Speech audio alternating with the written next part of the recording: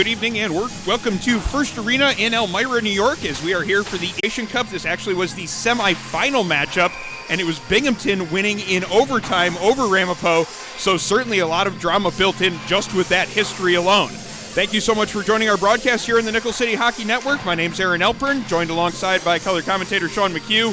And Sean, the obvious spiciness is there just with the history between these two teams from the Federation Cup last year. Absolutely. You can't ask for a whole lot more than getting a national title rematch for the two teams' first game of this showcase. This is a great event put on here at First Arena, and we have some firepower coming from both the Empire Conference and the UNYCHL, and we're going to get a great taste of that top-end talent right here, first and foremost on our rink here, and we do have St. Bonaventure and Farmingdale on the other rink going on right now, but we're going to get that national title rematch from the CHF Federation Cup right on deck. And really what's exciting about this weekend here in general is just how many talented teams are here for this showcase event. Of the 8 schools that are here represented, we have the number 1, number 2, number 3, number 4, number 5, and number 6 ranked teams in the entire CHF, as well as the number 8 and number 12 teams.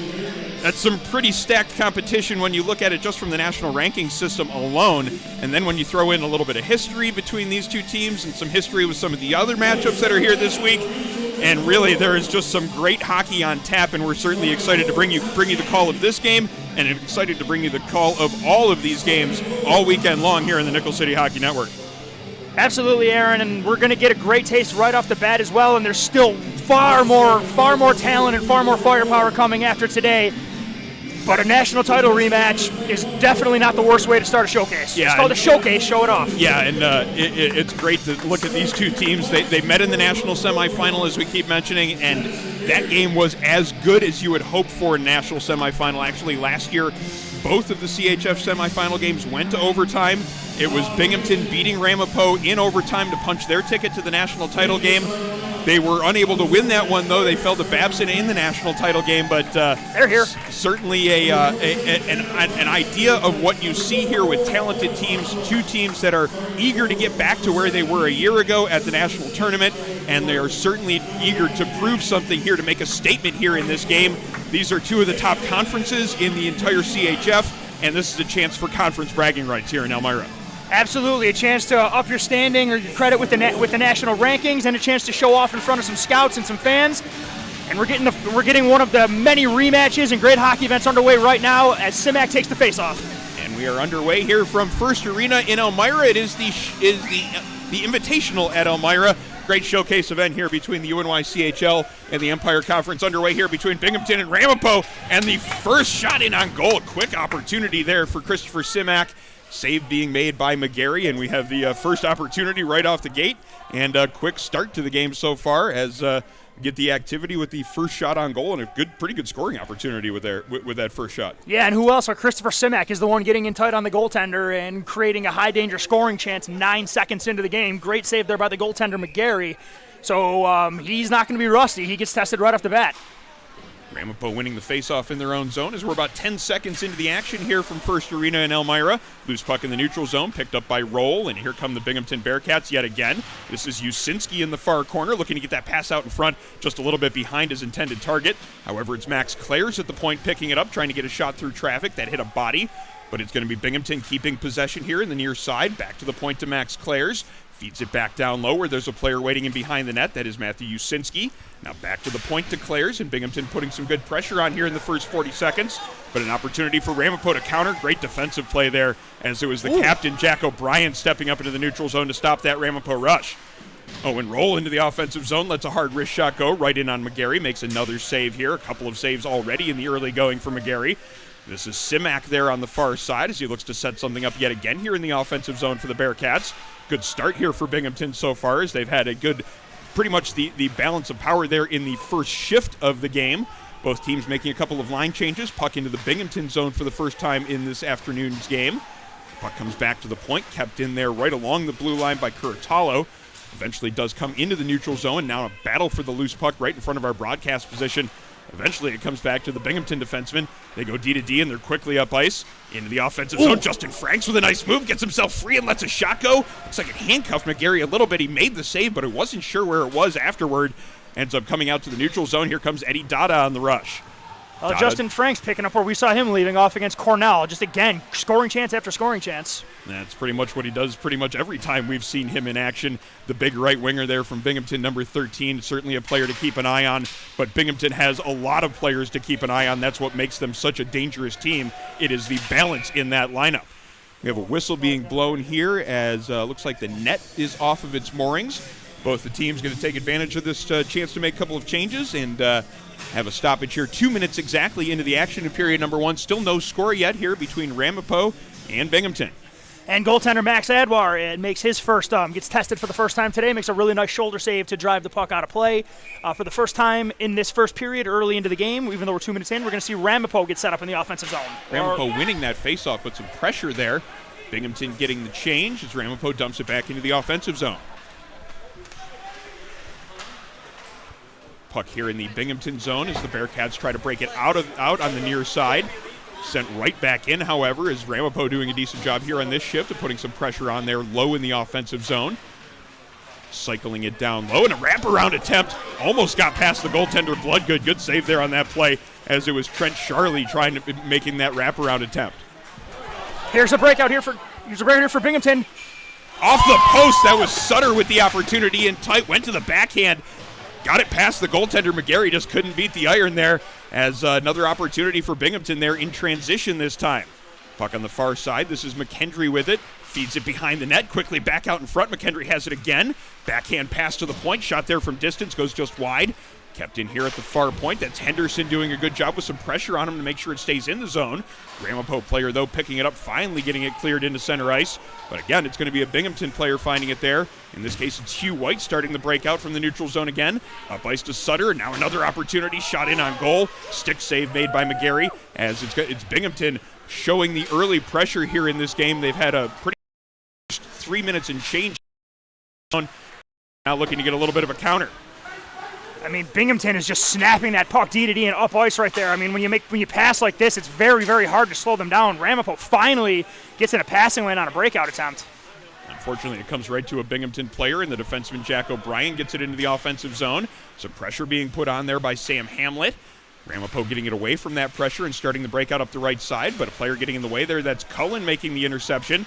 Another opportunity for Ramapo to get it out. This time they finally do, and now Dada up the right wing with some speed. Oh, yeah! Takes a big hit from Jack O'Brien right in front of our broadcast position. A very effective hip check there, knocking the dangerous Eddie Dada off the puck. This is going to be an icing against Binghamton as that long stretch pass through the neutral zone was unable to connect. Have a stoppage in play with a little bit more than 4 minutes gone here in the action. No score yet between Ramapo and Binghamton. All right, we're going to get a little spice of the physical play now starting here as well, because that's a nice hit there laid by Jack O'Brien right there, right in front of our broadcast position. So we're about to get the physicality going as well here, it looks like.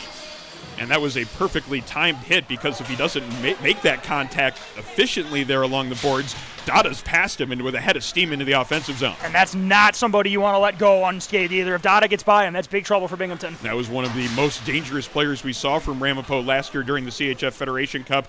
They had a couple of players that absolutely had to be spotted on the ice at all times. Dada's certainly one of them. We'll watch what he can do here today against Binghamton, as it's going to be Ramapo starting the breakout from their far side. Puck comes into the neutral zone, unable to be connected on. And again, it's going to be Binghamton finding possession, countering quickly, and getting it back into the offensive zone. Puck on the far side. Usinski makes sure he cycles it down low. Rowell putting on some chase on the Ramapo defenseman.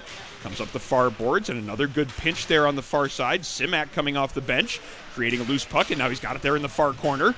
Makes a nice move to get away from one defender. Great defense. Puck comes back to the point. Again, it's going to be down low for Simak. Simak and Usinski trying to play catch there along the goal line. Another precision pass there out to the point. Shot right in on goal. Nice save there by McGarry, as it was Maroxa letting that shot go. Physical play in front of the net, too. Yeah, Curatalo battling there with Usinski, trying to come out of there with that loose puck. Comes to the far point, kept in again by Binghamton, as they've done an excellent job here of making sure they maintain the blue line by their defensemen. It's allowed them to have some extra time in the offensive zone. And they're again enjoying that extra time here, but that pass through the middle of the circle doesn't connect. That gives Ramapo a chance to get it high and hard off the glass. See if Binghamton could catch them in a change. Ooh, that was just a little bit of miscommunication as the pass was right in between two Binghamton forwards. I think both of them looked at each other expecting the other one to get it. Neither one did, and we have an icing on the play. And the problem is, too, for Binghamton, you can't lose if either of those guys catch that pass. I mean, You either got Simek or you got Rao coming in with a head of steam. Either one of those guys are just lethal coming in with space. But again, that's the first missed pass from Binghamton today. Don't expect to see a lot of that. And really a fortunate one from a Ramapo perspective, because they almost got caught in the change there, as they still had a couple players coming off the ice, a couple players coming on. That might have been some odd man rush advantage opportunity for Binghamton. They might have one here. Ooh, that was another pass that just barely missed in the neutral zone. Why was that was waved off? Yusinski with the head of steam. I think he might have gotten a piece of it. Okay. That's why the linesman waved it off. There we go. Puck is kept in here at the near point, as Binghamton again putting some pressure on along the near wall. Nice move by Simek to get free. Gets a shot in on goal. Blocker arm save made by McGarry. Covers up to make sure there's no rebound opportunity. And again, it's another chance in tight for Binghamton, as they have come out ready to play here in this rematch affair. We're 6 minutes into the action, and it's pretty much been Binghamton from the start of the period all the way up to this point controlling the play. Yeah, the whole first period -1 run has been played into Binghamton, and I expect Babson to change that eventually, make a few adjustments right now. But you're playing with fire, giving this much zone time to Binghamton right off the get-go. Ramapo finding control of the puck here in their own zone, but again, some more pressure being put on by the Bearcat forecheckers. Again, they force a turnover. Frank's in behind the net, tries to get it out in front. Eventually, it comes out to Justin Grew. His shot in on goal, but he took a huge hit in the process. A little bit slow getting to his feet, but now he's back in the play as Binghamton still has possession. Franks brings it out from below the goal line. Backhand shot in on McGarry, and boy, has McGarry been tested early and often here in this game so far. Absolutely, yeah. Dennis McGarry is playing outstanding right now. Not only is he making the saves he's supposed to make, but the rebounds are sticking to him. He's getting lateral perfectly. He's on his post, and the first shot is swallowed right there. That's one thing you definitely need to do against Binghamton. Their vultures around the net.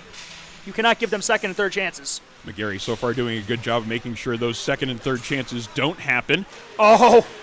Nice move for an opportunity in the offensive zone. Quite maintained there as Eric Miles brought it in for Ramapo.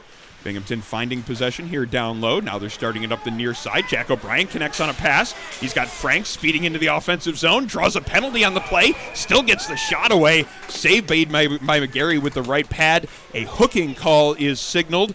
And with just a little bit less than 7 minutes gone here in the first period, Binghamton has had the control of play early on, and now they get rewarded with a power play. And this power play is the stuff of nightmares for a penalty kill, to say the least. I mean, Cornell did a nice job when we saw them, but even still, Binghamton put in multiple power play goals. So again, McGarry has been called on earlier. He's going to get called on a lot more over this next 2 minutes.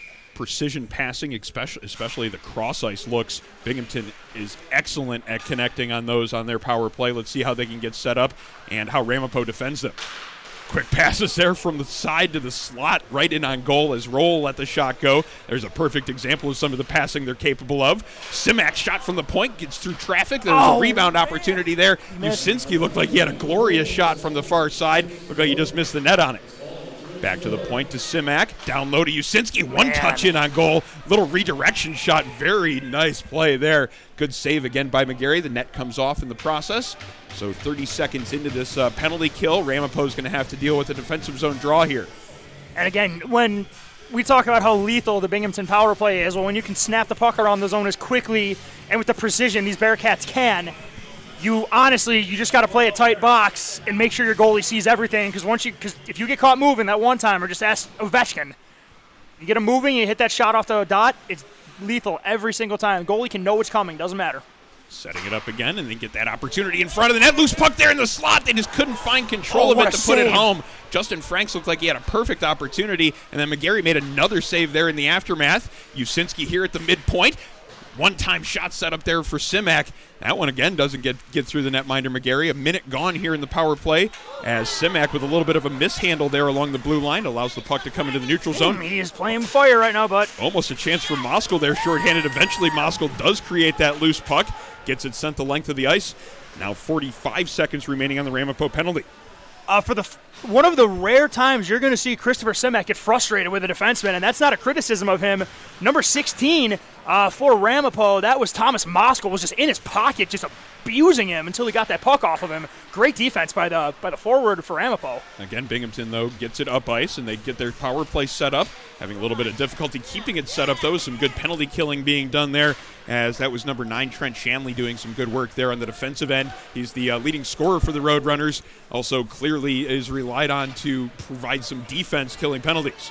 He's a hockey player. You like those. Does everything for you. Not a one-trick pony. Still 8 seconds here on the power play as Binghamton has one last rush here with the man advantage. McKendry on the far side looking for a pass from that far corner with tight quarters on him. Gets it eventually to Todorovic in the near corner. Now an opportunity to cut in towards the slot. McKee just couldn't maintain control of it. Eventually that shot does get through as it right in on goal by the Binghamton defenseman. Loose puck again found by the Binghamton Bearcats here as they've done an excellent job of finding every loose puck here in this game, it seems. Ramapo, though, finding control of it, finally getting it up ice into the offensive zone. This is Shanley, gets into the forehand, over the blocker, arm of Bloodgood. It's 1-0 Ramapo as they have basically been on their heels for the first 9.5 minutes of this game. Didn't matter the first opportunity they had. It was their leading scorer, Trent Shanley, taking advantage, getting his 11th of the year, and it's Ramapo with a little bit of a surprise 1-0 lead.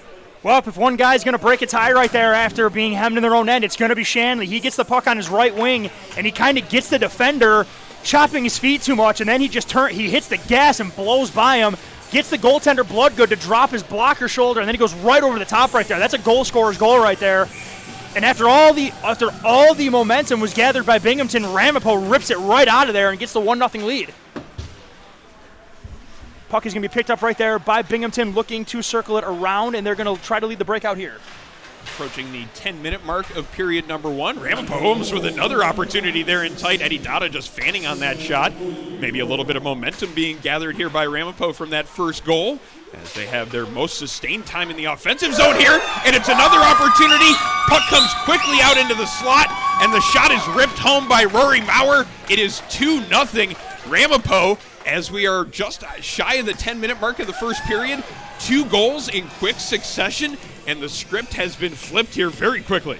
Absolutely, and again, Ramapo got the goaltender Bloodgood looking for the low shot. He's down in his blocker trying to see through a screen, and the shot by Maurer, just a wrist shot with some velocity, but he picked his spot before he wound it up. Puts it right in the top corner that Bloodgood gave to him, and on 2 shots in less than a few seconds, Ramapo takes control of this game. I believe that was just their second and third shots of the game.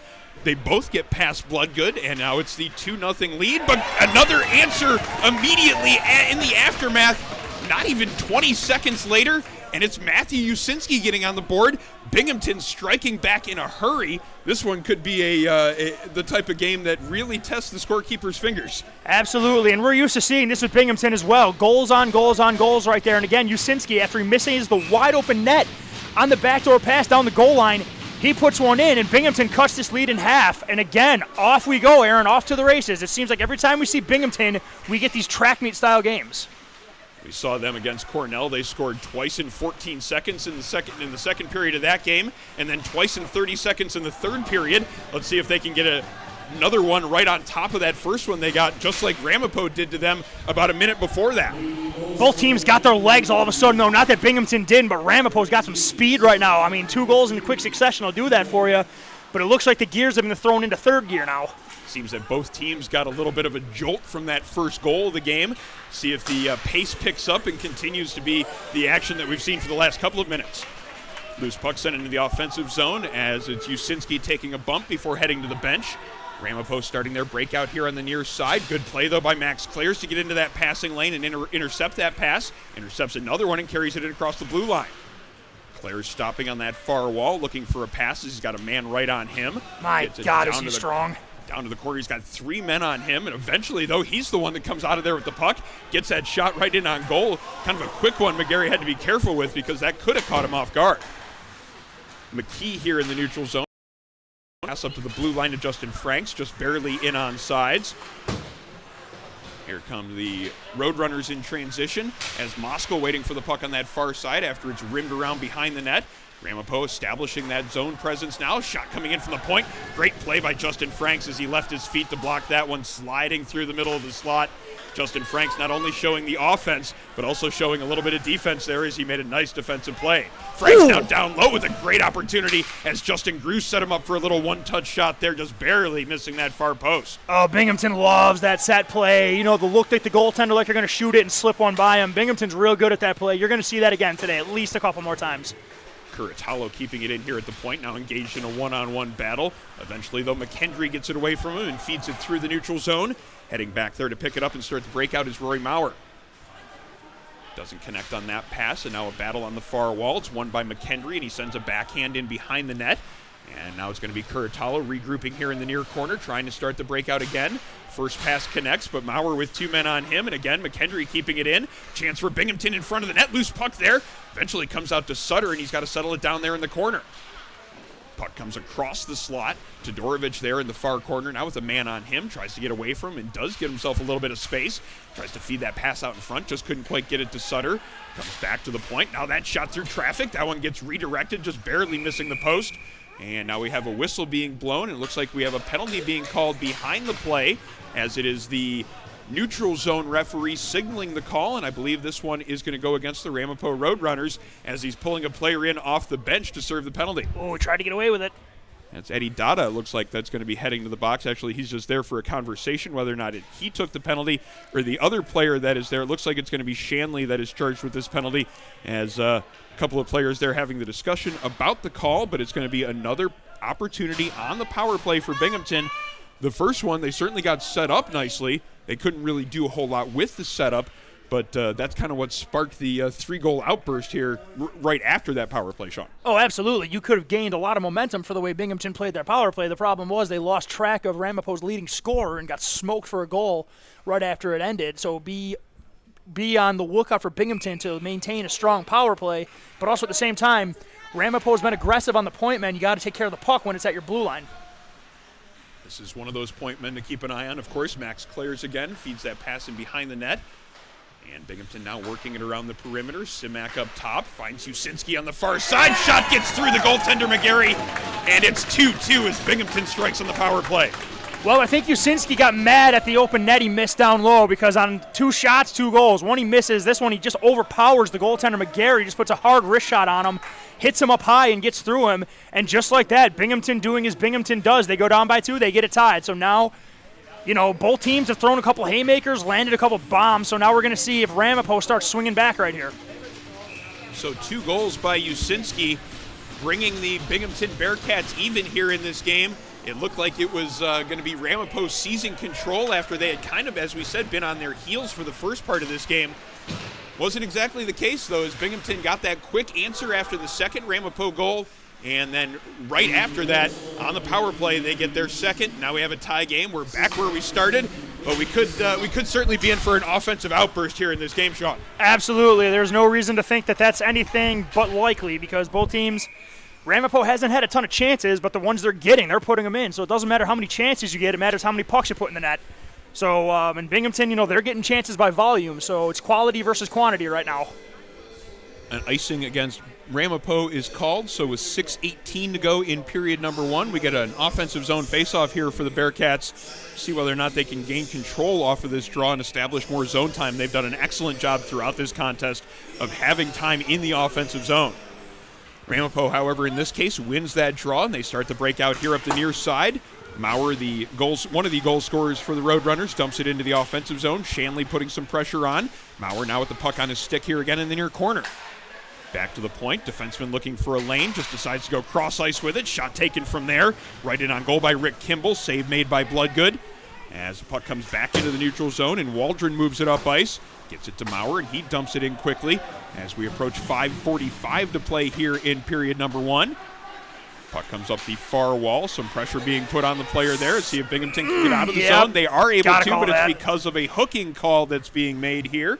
And in this case, it's number 71, Trevor Radin, taking the penalty. So we saw a couple opportunities for Binghamton on the power play. Now we get to see the Ramapo man advantage. Absolutely, and I'm curious to see them, because Ramapo does not lack offensive ability and does not lack the ability to put the puck in the net, so it's going to be really interesting to see what they're going to do with a little more ice to work with here. Like we said, they might not have a ton of shots, but 2 of the 3 shots they put on net have found the back of the net. So if you're Binghamton, you got to play defense, and you really, really hope you can get a save out of Bloodgood out of this. Yeah, you have 4 forwards out there here for Ramapo in their setup. They have Eddie Dada, the very dangerous forward, on the left point right now. So a bunch of offensive players to keep an eye on if you're the Binghamton defenders. One of them certainly on for the draw here. Moskal wins that draw back to Dada. And Ramapo's able to set up their power play here as it's Kimball at the near point. Cross to Dada, and they slowly pass the puck back and forth as they get their power play established. Over to Maurer, and now back up top. Dada here now with the one-timer. That one doesn't get all the way through, but it's going to be Mosko finding that loose puck. He gets it to Maurer here on the near side. A little bit quicker passing now for Ramapo. Puck comes back to Maurer, now back to Kimball at the midpoint. Binghamton doing a good job of blocking those shooting lanes, not giving Ramapo an option to fire it in there from the point. Kimball eventually takes it down low, feeds it to the far side where Dada has it. Now Maurer here at the near point. Shanley now down low. Again, no shooting lane there. Shanley just circles back and looks for a passing option. Eventually goes cross ice where Dada has it. Binghamton doing an excellent job of staying in those passing lanes and those shooting lanes. That was the only time that Ramapo really had a crease in order to get a shot through. Bloodgood able to see that one, though, plenty well. Makes the save, covers up for no rebound opportunity. And Binghamton, even though the entirety of this power play has been inside their zone for 50 seconds plus, they really haven't given up much in terms of any scoring chances. They have kept it all on the perimeter. Yep, you're going to really have a hard time beating Adam Bloodgood when he's on his game from the point, when he sees everything. And this umbrella power play is being kept to the outside beautifully by this diamond penalty kill here by Binghamton. Ramapo eventually connects on a pass. They almost get that one through with a redirection opportunity. It looked like it hit the skate of Mosko and then went wide. Kimball settling it down here at the point, over to Dada, then into the bumper as Stanley lets that shot go. Good save there by Bloodgood as they change things up a little bit. Get that shot from the mid-slot. That hit Jack O'Brien in the head. Well, good thing he has a helmet on. Yeah, it'd be a penalty if he didn't, I think. So it ends up being played out from the Binghamton zone, so it means the faceoff will stay in the Binghamton end. 42 seconds remaining on the power play, 4:18 remaining in period one, and it's a 2-2 score as we have a rematch of the national semifinal game from last year. Ramapo again winning the faceoff, getting their power play set up. Dada sends it behind the net, race for that loose puck. Shanley eventually gets to it first, but his pass is to an empty board spot, and that gives the Bearcats a chance to clear it to center ice. Now 26 seconds remaining on the power play. Kimball looking to start the breakout from the left side of his net. Finds Dada here up the right side, and he comes into the offensive zone with speed. Dada using that speed to circle the net and try to get things set up on the far side. Pass through the legs of the defender. Now over here to the near side. Shanley had a good lane there. That just couldn't quite get that one-timer off as it just slid off the heel of his stick into the corner. Mosko with a chance to drive it out from behind the net, loses control of it, but it comes to Kimball. His shot hits a skate, and now we have some dangerous situation here as this is Simak into the offensive zone with a step and a blast of a wrist shot over the glove of McGarry. It's 3-2 Binghamton as one of the most dangerous players in the building was given a step, and he took advantage of that step. You never want to lose any forward, especially any of these Binghamton forwards, but if there's one forward that absolutely cannot get behind your defense, it's number 17 in white, and that is a perfect example why. Great back check there by Ramapo. Give credit where it's due, but as soon as the threat sensor went off for Simak, he just wired a wrist shot by the goaltender, and Binghamton just comes roaring back and sends off 3 in a row after getting punched in the mouth after dominating. Now they've got their lead. Well, certainly an interesting turn of events there around the 10-minute mark of this period. It looked like it was going to be an all Binghamton first period as they had controlled play right from the start all the way up until about the 9-minute mark. But it was Ramapo getting the first 2 goals of this game. Didn't really affect Binghamton all that much. They kept on doing what they've been doing throughout the game. And now they have another opportunity in tight as that one was Usinski looking for his third of the period. This time it was McGarry making the save on that one and keeping this one a 3-2 game. Ramapo's going to need to do something in order to stem the tide here in the offensive zone. Yeah, I think Usinski watched Bedard versus Savoy last night and is trying to put up points left and right. I mean, he's one shot away from a first period Hattie, and here's the thing, Aaron, he could have 4 right now because remember, he missed that one down low and immediately scored after. Ramapo winning a faceoff here in their own zone, but they're unable to get it much past their blue line as Usinski gets in the way of a pass and then dumps it right back into the offensive zone. Now Ramapo looking to start the breakout on the far side, pass off the boards, picked up and knocked into the zone as their Miles makes sure it gets deep, pass out in front. That one doesn't connect as laying down to make sure that pass didn't get across was the captain, Jack O'Brien. A little bit of a dangerous move there down along the goal line. Eventually it gets out of danger, and Clares makes sure it gets into center ice. Ends up going too far for his liking, I'm sure, and it will go for an icing. 2:28 now remaining in period number 1. 3-2 Binghamton as they have scored the last 3 goals of this game. We've had a back-and-forth affair right here in terms of the score sheet and quality of scoring chance right now, and definitely watch for Ramapo to kind of put the pedal to the metal right here to try and press and get some offensive chances here. I mean, they're going to lose possession here, but they're going to circle back and try to have a zone entry. Binghamton gets a change they badly needed, too. And they do it in quick enough time that they keep Ramapo from getting it up ice and creating any sort of odd man rush opportunities.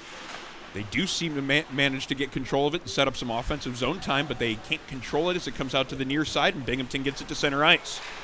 Passes too far for its intended target. Now it's an opportunity for the Roadrunners to get it up ice, but a little bit of sloppiness there with some puck handling along the center ice red line. Back into the offensive zone comes Binghamton. Todorovic creating a turnover there against two different Roadrunner players. However, it comes out to Alex Cohen on the play. His pass doesn't connect. Now an opportunity in tight as the pass came right out in front onto the stick of Hayden Sutter, and a great save by McGarry as Binghamton has certainly put him to the test here in this first period, and despite the fact that he's given up 3 goals, makes his best save of the day right there. Yep, you're not going to blame a single one of the goals that got by him on him. Maybe he'll tell you he wants the one by Usinski back when he was wide open, but again, Ramapo's in this game because their goaltender's playing out of his mind, and again, he makes another nice save and steers the rebound to the far corner. Minute 40 to go here in period number 1. Big collision along the blue line as the Ramapo player tried to lay a hit on the big Binghamton defenseman, but it's Jack Maroxa getting the better of that one as a perfect reverse hit puts the Ramapo player back on his backside. And Maroxic let him know, don't try that again, because Maroxic looked right down and told him that's not going to work on him. He is a big defenseman. I mean, he's right in front of our broadcast position. He is wide. So, I mean, that is not a guy I'm going to run at, especially when his shoulder's already turned into me. Certainly make sure he doesn't have that good base of balance like he did there. I feel like he always does. He was not in a position to get run over there, and he certainly got the better of that exchange. Oh, and he's not done yet either. He's throwing that body around. All the purists, all the guys that don't like the puck-moving defenseman, they're going to like this guy. Loose puck almost comes out in front of the Binghamton net. Eventually, though, it comes out to the side. Nice defense there. Again, Maroxa doing some good work. This time it's with the stick as well as the physicality in the corner. Under a minute to play here in the first as the puck comes out to Moskal with an opportunity there from the top of the circle. That one hit Bloodgood in the head, though, as it looked like he was trying to go the shoulder of the net. Binghamton getting the puck cleared and getting a change, as it's going to be Ramapo trying to catch them in that change. Moskal into the offensive zone here on the near side. 3 different Binghamton players on him, forcing a turnover. Shot still comes in from the point from Kimball, going just wide, and that leads to Sebastian Henderson clearing it through the neutral zone slowly enough not to go for icing here, as we're under 30 seconds to play in period number 1. Shanley tries to bounce it off the boards, gets it into the neutral zone, but it comes to a Binghamton player. Sam Hamlet dumps it back into the offensive end as we approach 15 seconds to go in the first period. Battle for a loose puck there in the near corner. 3 Ramapo players getting the better of the 1 Binghamton player there, and they get it out to center ice. But it's going to be Hugh White finding control of it, sending it right back in as we have 5 seconds to play here in the first. Bouncing puck along the far wall is kept in by Binghamton, but the horn goes to end period number 1. And this period will end with a score of 3-2 in favor of the Binghamton Bearcats, but it was an interesting way for them to get there. Yeah, Binghamton definitely had the better of the offensive zone time in the first period, but when you give a team like Ramapo opportunities, they have to bury it. They were given opportunities, they buried. The score could be a lot more lopsided than it is. A lot of that has to do with the goaltender, McGarry, but we're going into the second period of the 1-goal game. I fully expect Ramapo to make some adjustments, and I expect Binghamton to also do what was working for them, but make sure that they clean up some things that maybe they'd like to do better, especially in transition. Certainly appreciate you joining us for our broadcast here from First Arena in Elmira, part of 12 games that we have in the Nickel City Hockey Network this weekend. And our coverage of the UNYCHL is presented by Buffalo Golf and Social, Western New York's leading indoor golf facility. Simulators, lessons, leagues, Buffalo Golf and Social is the area's best destination for year-round practice and instruction. Also with great beer and wine selection, it's the perfect place to sit and watch golf with others who love the game. Locations in downtown Buffalo and in Orchard Park. Book your next event at Buffalo Golf and Social. This broadcast also brought to you by Militello Realty, Western New York's premier commercial real estate broker. To buy, sell, or lease any office, industrial, retail, or investment property, trust the unparalleled knowledge and experience of Militello Realty. 716-856-2872 or militello.com. Support also comes from West Her, the largest automotive dealership group in New York State, selling over 50,000 pre-owned and new cars every year to customers in Buffalo, Rochester, and Syracuse. Wester Auto, dedicated to absolute excellence in customer service. Our supporters also include the Battaglia Marciano Agency, an independent agent for auto, homeowners, commercial, and life insurance. The Battaglia Marciano Agency, providing peace of mind for Western New Yorkers for over 35 years. Get in touch with the Battaglia Marciano Agency at 716-675-5700. Our supporters also include Envious Gameware, designers of custom hockey team uniforms, bags, and apparel. Find them online, enviousgameware.com. Also, our supporters include 412 Communications, the new gold standard in digital media solutions. You can find them online at 412communications.com. Also, a special thanks to the Hampton Inn Ithaca, located on Elmira Road, close to both downtown Elmira as well as the Cornell and Ithaca College campuses. Book your next stay at the Hampton Inn Ithaca, the smart hotel choice, whether you're traveling through the Finger Lakes area, visiting kids at college, or in town for business. Contact the Hampton Inn Ithaca at 607-277-5700. We're going to take a break here for the first intermission, but we'll be back in about 10 minutes for period number 2. You're watching live coverage of the UNYCHL on the Nickel City Hockey Network.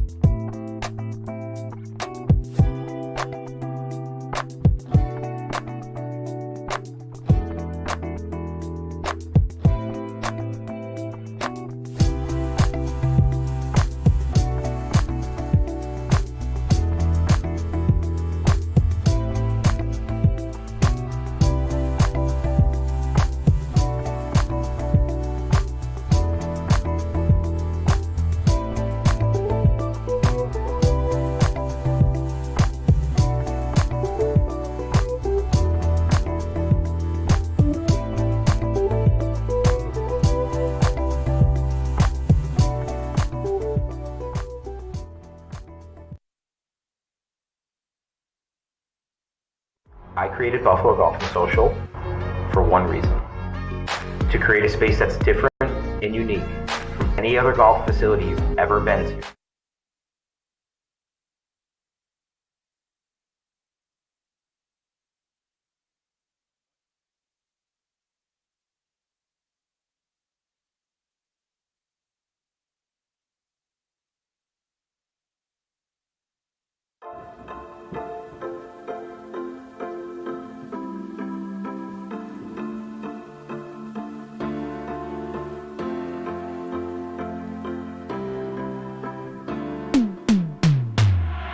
People ask, What is Buffalo Golf and Social? Buffalo Golf and Social is anything you want it to be. It can be the best instruction. It can be a vibe. It can be a hangout with your friends, running a simulator for 4 hours, playing your own playlist, and putting a game up on the TV. We are about everything and anything pertaining to golf. And most importantly, we are trying to build a community of players and a community of people who love and are dedicated to the game.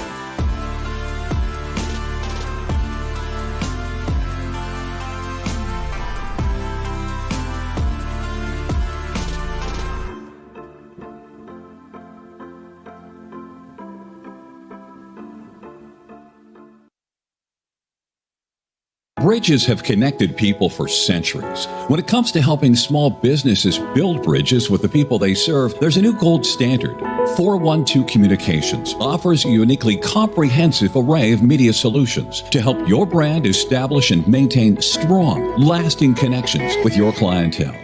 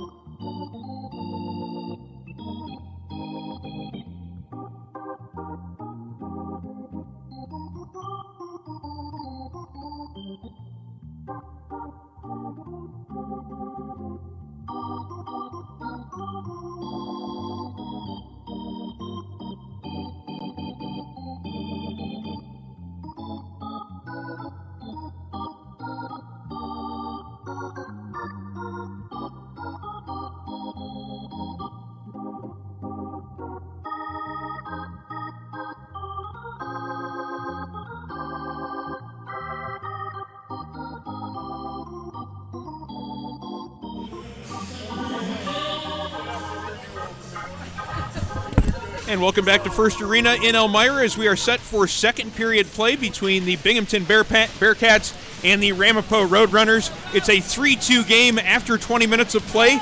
Binghamton getting their 3 goals after Ramapo scored their first 2, the first 2 of the game. That's how we have the 3-2 lead for Binghamton after 20 minutes of play. And now an opportunity in front as they look to add to that early on here in the second period. Jack O'Brien with the chance sneaking in from his point position, just unable to hit the net with that shot. Okay. As Binghamton came out fast to start this second 20 minutes. All right, so the teams are not bothered by the cold rink. They're coming out flying again. Pass comes out in front. Usinski unable to get that one on goal, and Binghamton again putting some pressure on here in the offensive zone.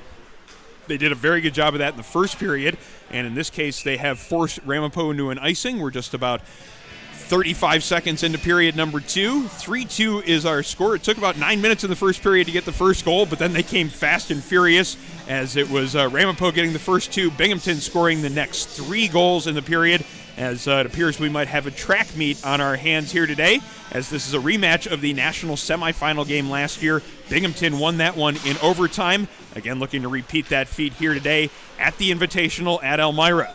Hello, I'm Aaron Elper, and very happy to be joining you for the call of this game alongside Sean McHugh, color commentator, as Max Clares takes a hit below our broadcast position. Looks like he ended up getting the better end of that as Shanley drove him into the boards. Looks like we have a penalty being called here. This one's going to go against Binghamton. Ramapo might have a chance with some numbers. There it is. Shanley with that pass out in front. He had Kimball coming in from his point position looking for that redirection shot. It was some good defense, though, being played by Clares, and we have the penalty being signaled as it was back in the Ramapo defensive zone. It was already as the play was coming back up ice, and the penalty is going to number 44, Owen Roll, and an opportunity again for Ramapo with the man advantage, a chance to bring themselves back to tied in this game. A power play is a really, really nice gifted way to get back into a game, and actually gifted wasn't the wrong word right there. The Ramapo forward earned every second of that penalty. Ramapo gets a power play early to try and get this game tied again. And they win the faceoff right at the start of the power play. Connect on a couple of passes, a little bit quicker with the puck movement here on this version of the power play than in the first period. Dada with the pass down low, a little bit too far for Moskal. Now a foot race to that loose puck on the near side. Eventually it comes to Moskal, and Ramapo maintains possession. Kimball at the point, banks a pass off the boards. And now it's Shanley against the near wall, looking to set things up. Gets it back to the point to Kimball. He looks for that shooting lane, gets it through traffic. Good save by Bloodgood. No rebound opportunity. Eventually Binghamton clearing it to the blue line. Kimball keeping it in, though, there at the right point. Cross-ice pass. Shanley with a chance to get that shot through. It's blocked. And then a rebound opportunity. It comes straight to Maurer in front of the net. Rory Maurer with his second goal of the game, and it's on the power play. We've got ourselves a 3-3 game now as Ramapo uses a man advantage just like Binghamton did to get their third goal of the game. And it was almost a carbon copy of his first goal, which gave Ramapo a 2-0 lead. Puck kind of tic-tac-toes around, goes to the slot. Maurer puts it on net, hits his spot perfectly. Bloodgood, I don't think ever saw it, or by the time he did, it was too late for him to really knock it down as he was handcuffed. And Ramapo, 40 seconds into their power play, gets this game tied again. The track meet continues here from Rink 2 at the First Arena in Elmira. We were expecting a great offensive game here between these two talented teams, certainly being treated to it so far. 6 goals already, and we're only about 22 minutes into the action. Still plenty more to go here from First Arena. Shot coming in from the point. That one goes wide as Perry let that one go, but it's Binghamton maintaining control.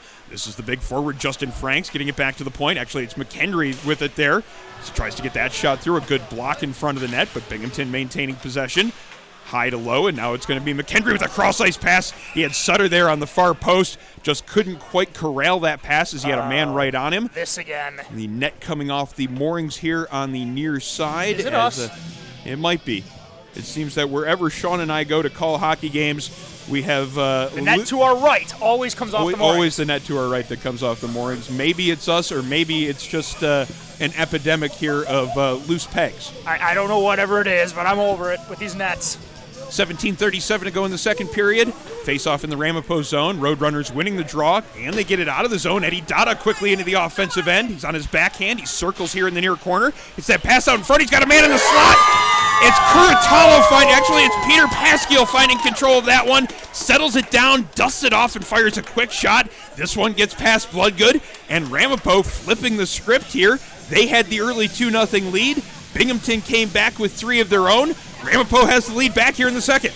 This is fun, Aaron. Back and forth we go. Ramapo comes out, and in 2.5 minutes just fires in two in quick succession. This must be the way they do it. They come in twos for them.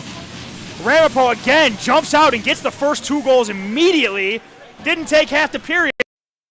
Now Binghamton is knocked back on their heels 2 minutes into the second period that they came into with the lead. That's exactly what happened in the first period. It was 2 quick goals by Ramapo, but it was an immediate answer by Binghamton. That Binghamton first goal came about 20 seconds after the second Ramapo one. So this is certainly the moment of the game where you watch and see what sort of response you get from the Bearcats. In this case, it is an icing call against them with 16:55 to go in period number 2. A wild affair here so far from the second rink at First Arena in Elmira. It's a 4-3 game as the goals appear to be coming fast and furious here. It took 9 minutes to get the first one, but they have come in piles since then. Yeah, in the last 14 minutes of play, there have been 7 goals. That's a goal every 2 minutes. This is like a basketball pace right now, except for, you're allowed to actually make contact with people in this sport when they're trying to stop them. Loose puck along the far boards almost ends up in the Ramapo bench, but it ends up on Justin Frank's stick. Sorry again, that's McKee. I keep on trying to give Justin Franks the puck. He's out there on the ice in this case. The numbers are weird on these jerseys. They're gorgeous jerseys, but dark green on black is hard to see. This is true. Especially when we're literally, we're sitting in a broadcast section where for an NHL game we'd have paid $1,000 for this ticket depending on the team that's playing. True. Could have got it on the secondary market in some places for much, much less than that. Listen, Aaron, my Goathead tickets cost me $30 more per ticket than they should have. I'm not happy about it. Well, I need to be there. Ramapo here with an opportunity in transition. Shot coming in from the far side. Moskal let that one go. Bloodgood with a little bit of difficulty handling that rebound. Came out into the slot and it was there for a moment. Binghamton, though, clears it. Now McKee into the offensive zone, trying to go 1-on-2. Good defense there. Now a floating shot that seemed to change directions on the way in on net. Through a slider. Yeah, it definitely changed where it was before it got to McGarry. It was O'Brien letting that shot go as he snuck in from that point position. McGarry did manage to track all of the turns of that puck before it got to him. Made the save, covered up. 16-13 now remaining in the second period. It is a 4-3 score in favor of the Ramapo Roadrunners as they have charged back here in this one. Yeah, they sure have, and they're looking to get it going right here. But Binghamton, they're no strangers to getting hit, and they're no strangers to hitting back. So typically, though, Binghamton's still continuing to maintain pressure down low, but Ramapo is not afraid of them at all. They're swinging right back with them and just going toe-to-toe with them right now. Good battles there in that far corner as both teams really putting a lot of effort into coming out of there. That loose puck, nice hit there from Waldron there at the end. And again, the battle for the loose puck continues on that far wall. Some good physicality between these two sides. Binghamton coming out of the pile with from the point. Hugh gets in all the way to McGarry, hangs on and makes that save here, holds on for another whistle. Both teams making some changes as we have 15:40 to go in period number 2. 4-3 is the Ramapo lead in this one. Yep, and again, we're back and forth right now with Ramapo and Binghamton. Binghamton looking to get some zone time here to get back into this game. That's how they've been playing all game. Ramapo seems to just be picking their spots, and when the opportunity comes, they cash in on it. Again, the theme of this game seems to be quality and quantity. There's nothing wrong with playing like either, but they're both working right now. Binghamton keeping it in the offensive zone as it's Usinski settling it down here in the near corner. Has a little bit of help coming in on the play from Roll. Eventually gets it free and into the far corner now. Foot race for that loose puck.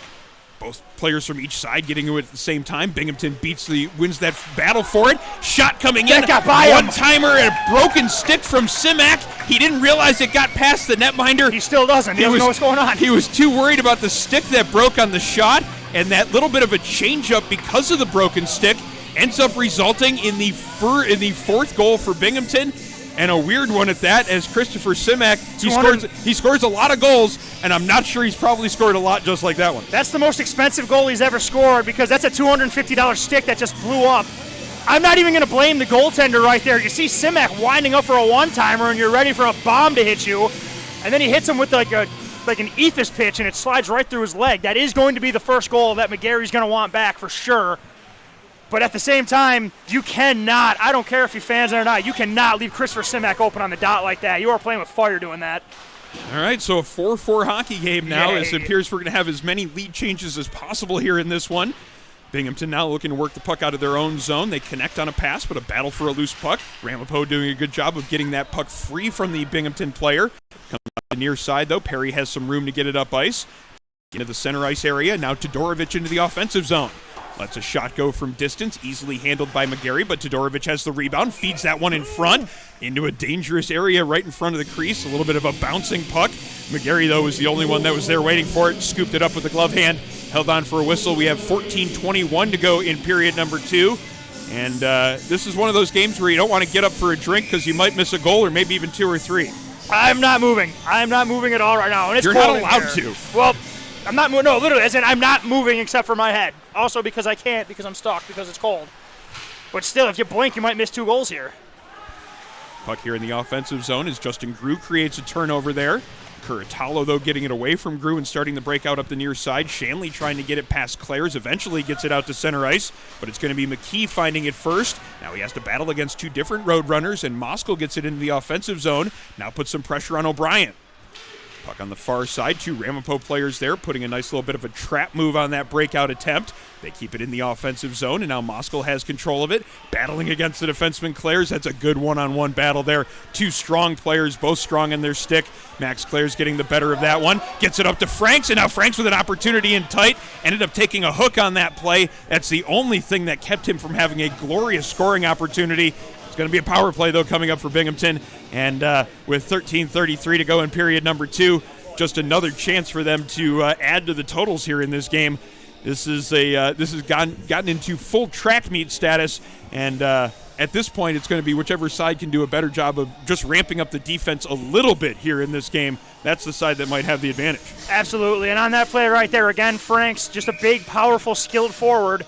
When he gets you on his hip like that, the only thing you really can do to slow him down is hook him. I mean, I don't want to say it saved a goal, but you'd rather have him shoot the way he did versus get a clean look on your goaltender like that. He ends up getting a look a few seconds after the start on the power play as that shot came in from the point. Frank's got enough of it to redirect it on McGarry, but a good save by the Ramapo netminder. He then takes a stick up high as he immediately reaches for his helmet. It looked like somebody might have caught him under the face mask there guys too. as he was immediately making a reaction to that. It certainly didn't look like one of those situations where it was a player feeling a stick up high and then making the reaction to get a penalty or to sell it. No, that got his chin because he's shaking. He's okay. He think he's looking to his he's looking to his left, and the play come from his right.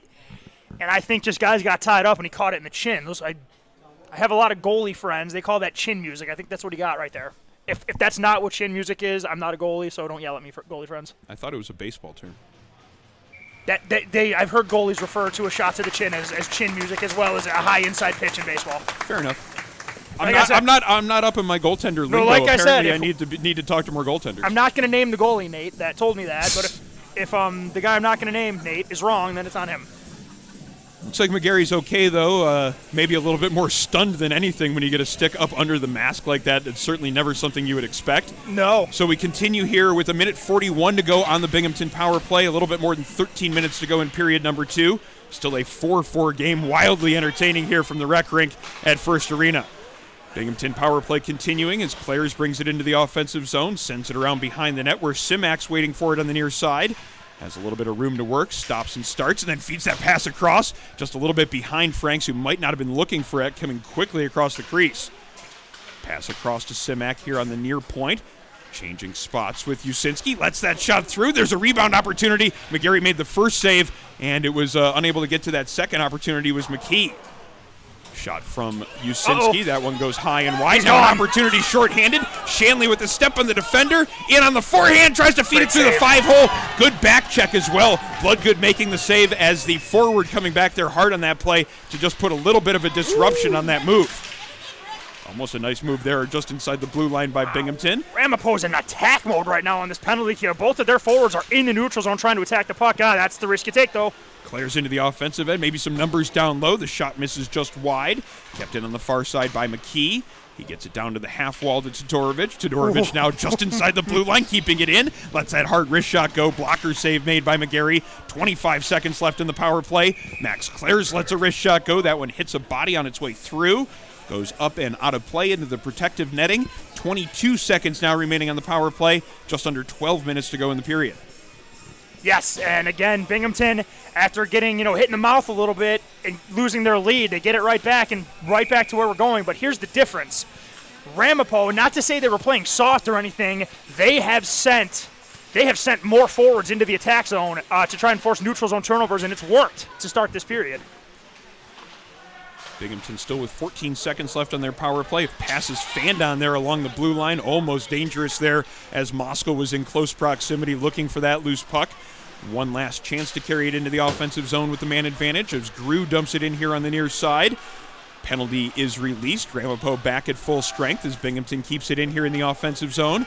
Pass in behind the net, too far for its intended target. Ramapo tries to reverse it and go to the other side. A little bit of a foot race there as Cullen's putting some pressure on in the offensive zone. Binghamton keeping it in as White's shot gets deflected wide here into the near corner.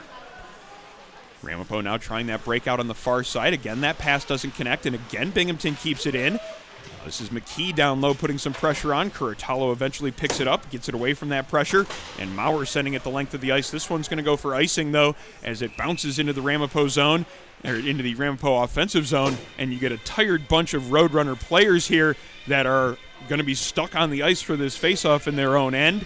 They were out there on the ice for at least 45 seconds before this whistle, so certainly a situation where if Binghamton can get control off this faceoff, there could be some opportunities to come from it with a tired group of Roadrunners out there. Absolutely, and the Roadrunners get the face-off when they need right here. It's very important that they clear this puck out, and Binghamton trying to take advantage, and the Roadrunners do clear, and that's a good thing right there, but it's the long change, and they're not going to make the change, so let's see what happens here in the neutral zone. Binghamton's going to get some pressure, and here they come again. McKendry into the offensive zone. Todorovic takes that shot, trying to go high blocker side. McGarry reading that one nicely, getting it pinned between the arm and the chest protector. Hangs on for a save and a whistle. 10:37 now remains here in period number 2. Still a 4-4 game here. It's been a wildly entertaining one from right at the start of the first period. Teams trading goals after the 9-minute mark of period number 1, and they really haven't stopped coming into the second period. Yep, and again, the first period was a lot of Binghamton getting scoring chances and Ramapo trying to capitalize on mistakes. Ramapo's turned the aggression up. Ooh, player took a... Speaking of Ramapo players taking things in the chin, number 13 here. Yeah, Klitkowski took that puck, looked like off the skate, maybe lower ankle area. He's back in the play, lays a hit on a Binghamton defender, creates a loose puck here in the neutral zone. Ramapo looking to send it right back into the offensive end. Dumped in on that far side, foot race to it here on the near wall. Kimball, the defenseman, battling against two different Binghamton players. Eventually coming out of that pile is the big forward, Jax Todorovic. Gets it away from a couple of Ramapo defenders and gets it into the offensive zone with exactly 10 minutes left in period number 2. Kimball creating a loose puck, but he can't get it up the boards to a teammate.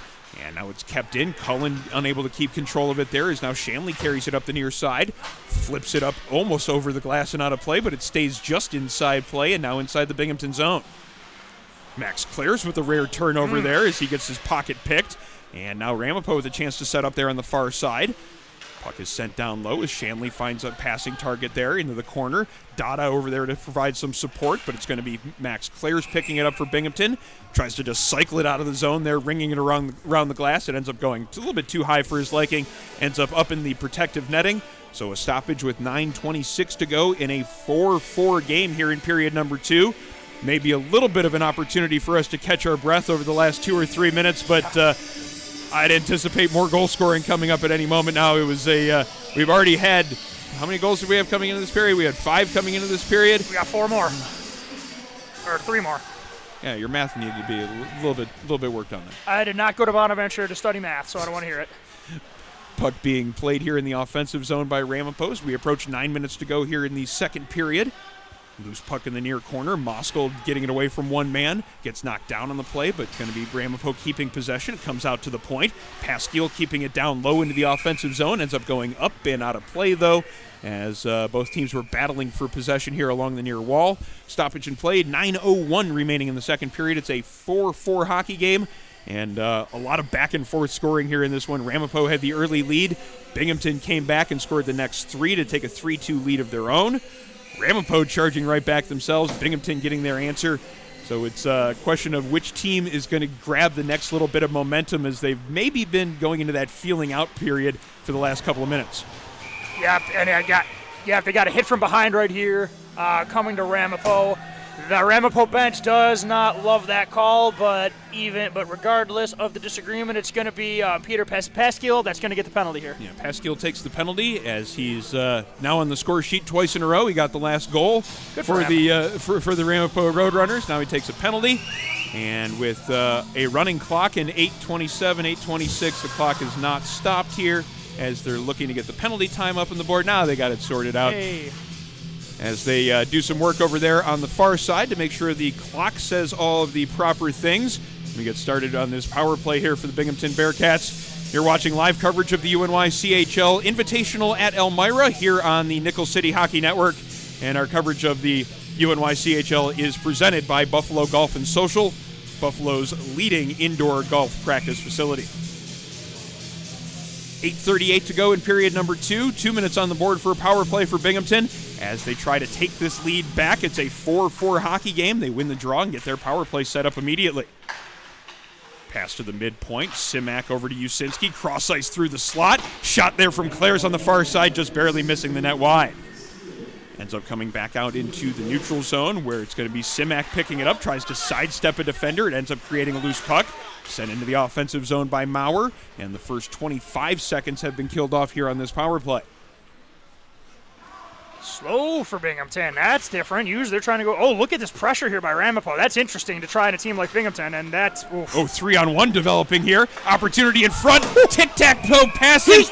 But did he keep that out? He did! Franks couldn't get it past the leg of the netminder McGarry. What a great save. It looked like for sure that was a tap-in goal on the far side as the dangerous Justin Franks had pretty much all the area he wanted to shoot in. I think he just assumed that that was a goal, but it was a diving leg of the netminder McGarry coming over and making that stop, keeping this one a 4-4 game. And of note here, there's a Ramapo defenseman, Rick Kimball, coming back to the bench in a little bit of discomfort. You know that they rely on him quite a bit, so we'll keep an eye on number 22 for Ramapo and see if he's able to come back in short order. That, I don't think you're going to see Ramapo try that high box pressure again. That got shattered and led to what should have been an incredible goal. But the goaltender McGarry went full Dominic Hasek right there and spread out and got his toe on it to keep it out of the net. Simak making a nice move there along the blue line to keep it in. Gets it down low to Usinski. Nice shot from in tight. He had a great opportunity. No real pressure on him. McGarry, though, able to make that save. Again, looking for that pass in front of the net. Perfectly set up play. And then a quick forehand to backhand move by Owen Roll. He puts it over the catching glove of McGarry. It's now 5-4 Binghamton. And again, they strike on the power play. Absolutely, and again, you continue to see the resolve of this Binghamton team. They got robbed of a sure goal right there by the goaltender McGarry. Not 20 seconds later, they go right back to it, get Rowell in tight. McGarry comes out to challenge, but Rowell has all day and half the night to make his move, pulls it to his backhand, and puts it waist high. And what is this, the fourth lead change of the game? Something like that. Again, my math is terrible, but in this case, you're definitely excused for losing track of how many lead changes there have been because... Yeah, math teachers, listen to that. He understands. What's this conversation going on over here with the officials and the couple of captains? It looks like Jack O'Brien's over there getting an explanation. Ramapo's upset about something. It looked like a Ramapo player was going to the penalty box, and it maybe not. I don't know what the debate was. There are 5 Ramapo players out there on the ice right now. Yeah, and Ramapo's arguing something. And the thing is, I'm not like, that's not to be critical. We can't hear what they're saying, so I have no idea what this is about. Huh. I'm not sure exactly Coach what is calling a player to the ice who didn't come, and then they dropped the puck. That's what it was. It was a late change that they didn't let them make, and that's what Ramapo was upset about. Well, that might hurt because that puck's on net. That's in the net. Yeah, Todorovic just barely missing by inches there, the far post. It could have been an opportunity created by a little bit of miscommunication in the line change possibly. Ramapo breaks that pressure, gets it up ice. Shanley into the offensive zone, takes a bump from Clares. Finds control of it in the near corner. Clares right on top of him again, creating a loose puck, getting it to McKendry. McKendry through the middle of the ice here with a little bit of room to operate. Tries to make a short pass along to Todorovic. Eventually they get it into the offensive zone, but they're unable to do a whole lot with it. Clares almost creating a nice turnover there just inside the blue line as a player gets taken down. No call made on that play as some of the Ramapo fans asking for the penalty to our right. You don't blame them. They have an absolute gripe right there. I would have liked to see a trip there. That looked like an offsides there. As, that was late. It was the linesman that did not make the call there in that case. It was the referee that was deep in the zone. Two of them having a little bit of a conversation about that call now. Either way, it is an offsides call. Face-off going to be coming up just outside the Ramapo blue line. Really good thing that the play stopped right after that controversial no trip right there, so nothing could have happened that could have been argued. Like, yeah, I mean, I'm not here to officiate. I'm not going to call the game, but yeah, definitely see why Ramapo wanted a trip right there, and their fans who are right to my right here, they wanted it as well. Oh, never mind. Shot coming in from the point there. Hugh White letting that one go, almost getting it through all that traffic in front of McGarry. As it comes back to the near point now, Henderson shot. That one gets through traffic. Looked like that one might have caught McGarry in the up around the head as well. Yeah. He caught a stick there earlier in this period. Man. Dumped into the offensive zone, but well up on top of his crease was Adam Bloodgood, able to catch that shot in, that dump in from Alex Cohen. Holds on for a whistle. 6:14 now remaining in period number 2. This faceoff is going to be deep inside the Binghamton zone to the right of the netminder, Adam Bloodgood. Yep, and Ramapo again in familiar territory, looking to come back right now from Binghamton. They've done it once already this period, and the goals from Ramapo, they come in twos. So one usually will have another. Oh, here we go. Justin Franks with a step, takes a hard wrist shot, and a great save made by McGarry. And it looks like Franks continued on towards the net after letting that shot go, made contact with the netminder. And they're not letting him say he was sorry. Yeah, he's going in there to try to check on the condition of the netminder, and the Ramapo players push him away from him. That's all right. That's all right. Their goalie's taking a beating this period. Like, keep guys in white away from him. Yeah, it's a stick to the head, a puck to the head, and now a skate to the back of that. Yeah, and now one of the biggest players on the ice running into him there. McGarry has certainly been through a lot here in this game. Been tested with a number of shots, a lot of stuff within close proximity as well. He's been excellent in this game despite giving up 5 goals. That really says more about the kind of pressure that Binghamton has put on here in this game. Yeah, but nothing came of that, run in. I mean, he wasn't, I know Ramapo wasn't really mad at Franks right there. They just, didn't want him near their goaltender after he ran into them. Notice how I didn't say run him because it was clearly not intentional. But again, McGarry staying in the game. No surprise there, but just McGarry showing his toughness on top of how well he's been playing. I mean, he's allowed 5 goals, but none of them are on him except for the one. Binghamton trying to get it out of the zone there on that far side. Took a weird bounce off the boards. Grew almost basically passed it to himself off the boards. Now this is Henderson here on the near corner, putting some pressure on, coming in from his defensive position. That's a hook, and they didn't get it. Looking for a call there. Didn't happen, though. The official right there in close proximity had the opportunity to make the call. Decided he didn't want to make it. Now play continues here in the Binghamton offensive zone. Henderson shot from the point. There was a bit of a screen there. McGarry able to track it, make the glove save. Holds on for a whistle with 5:22 to play here in the second period. It's a little bit more of a slower-paced period. No, actually, it's not. It's just as much scoring as we had in the first period. The beginning was was the speed, and now the end is, so far, there's 5 minutes left. A lot can happen in 5 minutes, especially in this game. And Binghamton creates another opportunity in tight. Trevor Radin letting that shot go. McGarry making another stop. That one with the right blocker arm. Now an opportunity for Ramapo to move it out of the zone. Getting it up into center ice area, then dumping it in, getting it just in past the defenseman. Now see if they can put some pressure on in the far corner. Moroxa's the first one to it. Starts the breakout up the near side. One Ramapo player over there putting some pressure on, but Binghamton breaks that pressure and they get it all the way into the offensive zone. Now this is Hamlet putting some pressure on. Puck comes up that far wall. Ramapo doing a good job of making sure that gets out to center ice, but Binghamton sending it right back into the offensive end. 4:40 to play here in second period action, as it's going to be Moskal on the far side looking for a pass here on the near wall. Eventually connects with its intended target, and Lovell dumps it into the offensive end. Now some pressure coming there from Shanley on the far side. A little bit of a dangerous pass, as that one almost came right to Peter Pasquiel in the slot. Just a little bit out of his reach. Could have been a nice scoring opportunity for him. He's already got 1 goal here in this game. 4:15 to go here in second period action as the puck comes into the neutral zone. Shanley unable to handle that breakout pass. That allows the defenseman Max Clares to take it away from him. Shanley, though, takes it right back and then lets a hard wrist shot go. Well tracked by the netminder Bloodgood. Makes the glove save and holds on for a whistle. 4:01 now remaining in the second period as the scoring has backed off a little bit, but there's still plenty of pace to this game. Yeah, I mean, the chances are still coming. The shots are still coming from all directions. The goaltenders are making the saves, and the high-danger scoring chances have definitely lessened as the teams have played tighter defense. But the transition speed is still here. Look, this. Numbers and speed here. Roll into the offensive zone. Goes to the backhand. McGarry makes the save as, again, it is Binghamton with that quick transition, getting it up ice and catching Ramapo a little bit asleep there. The defenseman maybe not expecting that kind of speed coming off that faceoff play. Not a chance he expected the speed there.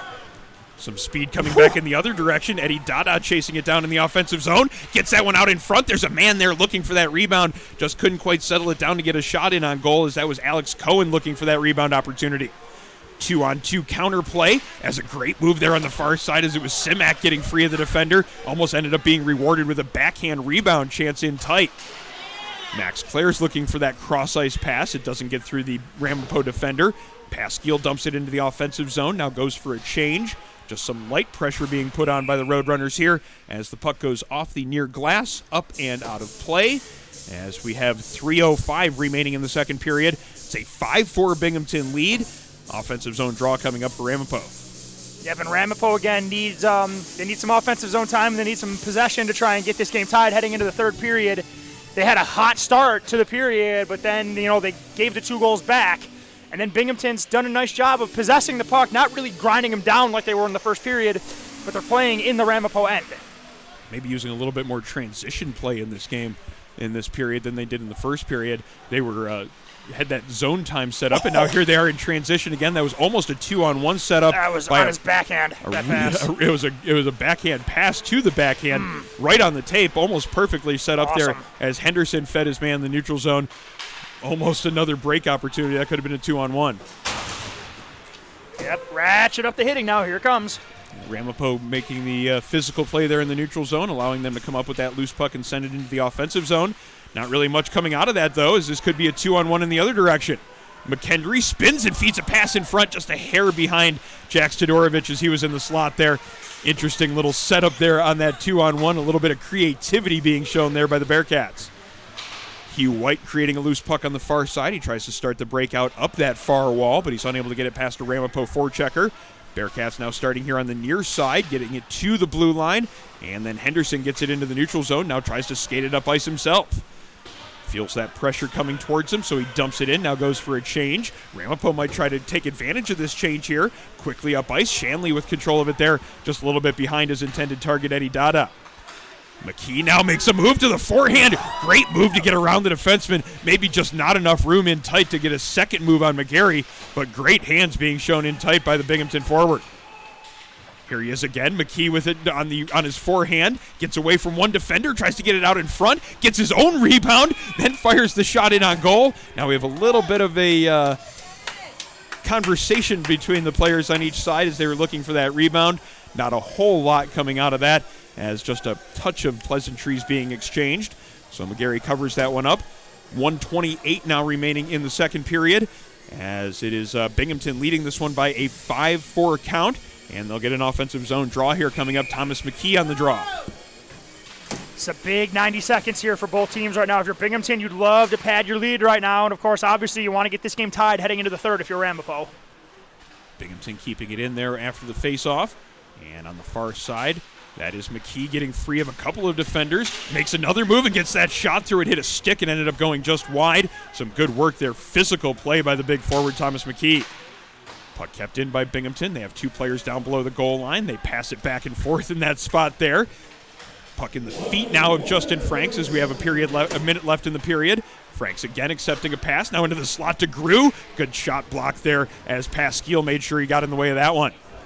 Ramapo getting the clear. This one is going to go far enough for icing, though, so with 45 seconds to go in the second period, it's going to be another chance with an offensive zone draw for Binghamton. They have 5 fresh skaters coming onto the ice as well, so they will have the personnel they want out there for this last offensive zone draw, and no surprise, it is the top line of Usinski, Simak, and Roll. Yep, it's been the best line they've had so far tonight, so there's no surprise you're going to see these guys again with their top D pair out there as well. They win the faceoff. Quick D-to-D pass. Claire's carrying it in low. Just feeds a pass through the slot. Nobody there to accept it, however. Now Roll battling for a loose puck on the far side. Eddie Dada over there as both of them tried to find it in the skates. Eventually it's a Binghamton player coming out with it, getting it into the offensive zone. Simak with a chance. Oh, my! He rips a hard snapshot. Top corner, just under the bar, inside the junction of the post and crossbar. It's now 6-4 Binghamton as they take advantage of the opportunity in the last minute, and they give themselves a big 2-goal lead now. Aaron, show me the goaltender that makes the save on that shot. You're not going to find him. That was just picked up in the slot, and one of the most dangerous players in the CHF right there picks it up and just wires one right under the bar, top cheddar, and Binghamton gets some cushion right now, which they definitely wanted going into the third period in a track meet. And Binghamton gets a 2-goal lead for now. We know how quickly things can happen in this game, especially when these two teams are playing. Sean, did it seem like no. Well, we got a player down here, a Binghamton player in the neutral zone. Here we go. And it's Simak, the player that's down, and now we have a reaction to it here against the near wall. Yep, and that's Simak got hit in the spot that no guy likes getting hit pretty hard right there. And he took it from number 9, Trent Shanley, and Max Clares got after him quick. I mean, that's an even trade right there after both teams. Ramapo loses their leading scorer, and Binghamton loses their top defenseman right there. So it's a whitewash right there. But you don't want to see a player like Simak go down. I didn't see the play. I just saw him go down. I didn't either. I saw him in a lump there on the ice there in the mid-slot, and then the reaction from Clares. So Shanley didn't even try to defend himself. I think Shanley knew it was coming. I don't know what happened. It very easily could have been accidental, which I want to believe it was the way this game has been played. Yeah, there really hasn't been a lot of that in this game, has there? No, I'm thinking it was. I mean, granted, if a player or coach hears this and wants to tell me differently, I'll listen all day. But it might have been just Simak got hit in a rough spot right there, went down. Claire saw his teammate and leading scorer down and addressed it. And like I said, Shanley didn't defend himself, and nobody from Ramapo did much about it either. And not that it escalated, but definitely Shanley knew he had done something there. So matching minors are given out on that play. That's the right thing. We say it's the right thing, even though we didn't really see the first part of it. Well, it's hard to imagine someone gets a power play there, but, when everybody's happy, it's the right thing, I guess. Yeah, no real argument about the call, and the horn goes to signal the end of the period, but another very entertaining period as scoreboard operator still has to catch up a little bit. It's a 6-4 game as opposed to 5-4, which is currently up on the scoreboard, but it is a 6-4 lead in favor of Binghamton. As it has been, it took about 9 minutes of the first period before the first goal was scored, but then they've been coming very quickly since then. 10 goals on the board here in this game. Binghamton getting one within the last minute of the period to make it a 2-goal lead and to give them that extra little bit of cushion here in this contest, Sean. Absolutely, and again, a 2-goal lead is not safe, but because of that, you want to make sure you have the 2-goal lead, because when you give a team that doesn't make a lot of mistakes a margin for error, they are that much more dangerous. But having said that, this Ramapo Roadrunners team, they're not about to go away. They played a really good game so far. They've been able to score in quick succession. I do not expect them to lay off at all. I expect them to come right at these Binghamton Bearcats in the third period. This game is nowhere near over. Saw a couple of adjustments made there in that period. It looked like Ramapo was trying to push a little bit extra pressure. Even shorthanded, we saw them trying to push a little bit of pressure. Maybe an adjustment that they want to readjust here in this game, because they created a little bit more opportunities because of it, but they exposed themselves to where Binghamton's strength is. Yeah, once Franks was able to shatter that forecheck pressure, and again, I am not against teams being aggressive on the penalty kill at all, but you just really, really hope that Ramapo realized, okay, that didn't work the first time we tried it. We almost got burned. We probably shouldn't poke that bear again. So definitely interested to see what further adjustments or readjustments are made coming into the third period. We're going to take a little bit of a break here for the second intermission, but we'll be back in about 10 minutes with period number 3. And our coverage of the UNYCHL Invitational at Elmira is presented by Buffalo Golf and Social, Western New York's leading indoor golf facility. Simulators, lessons, leagues, Buffalo Golf and Social is the area's best destination for year-round practice and instruction. Also, with great beer and wine selection, it's the perfect place to sit and watch golf with others who love the game. Locations in downtown Buffalo and in Orchard Park. Book your next event at Buffalo Golf and Social. This broadcast also brought to you by Militello Realty, Western New York's premier commercial real estate broker. To buy, sell, or lease any office, industrial, retail, or investment property, trust the unparalleled knowledge and experience of Militello Realty. 716-856-2872 or militello.com. Supporters also include West Her Auto, the largest automotive dealership group in New York State. Selling over 50,000 pre-owned and new cars every year to customers in Buffalo, Rochester, and Syracuse, West Her Auto is dedicated to absolute excellence in customer service. Our supporters also include the Battaglia Marciano Agency, an independent agent for auto, homeowners, commercial, and life insurance. The Battaglia Marciano Agency providing peace of mind for Western New Yorkers for over 35 years.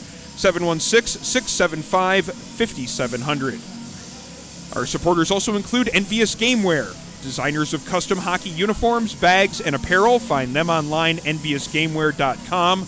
Also by 412 Communications, the new gold standard in digital media solutions. Also, special thanks to the Hampton Inn Ithaca for their support of our broadcast. For your next stay in the Finger Lakes area, make the smart choice with the Hampton Inn Ithaca. We're going to step away here for the second intermission, but we'll be back in about 10 minutes with period number 3. You're watching live coverage of the UNYCHL Invitational at Elmira here on the Nickel City Hockey Network.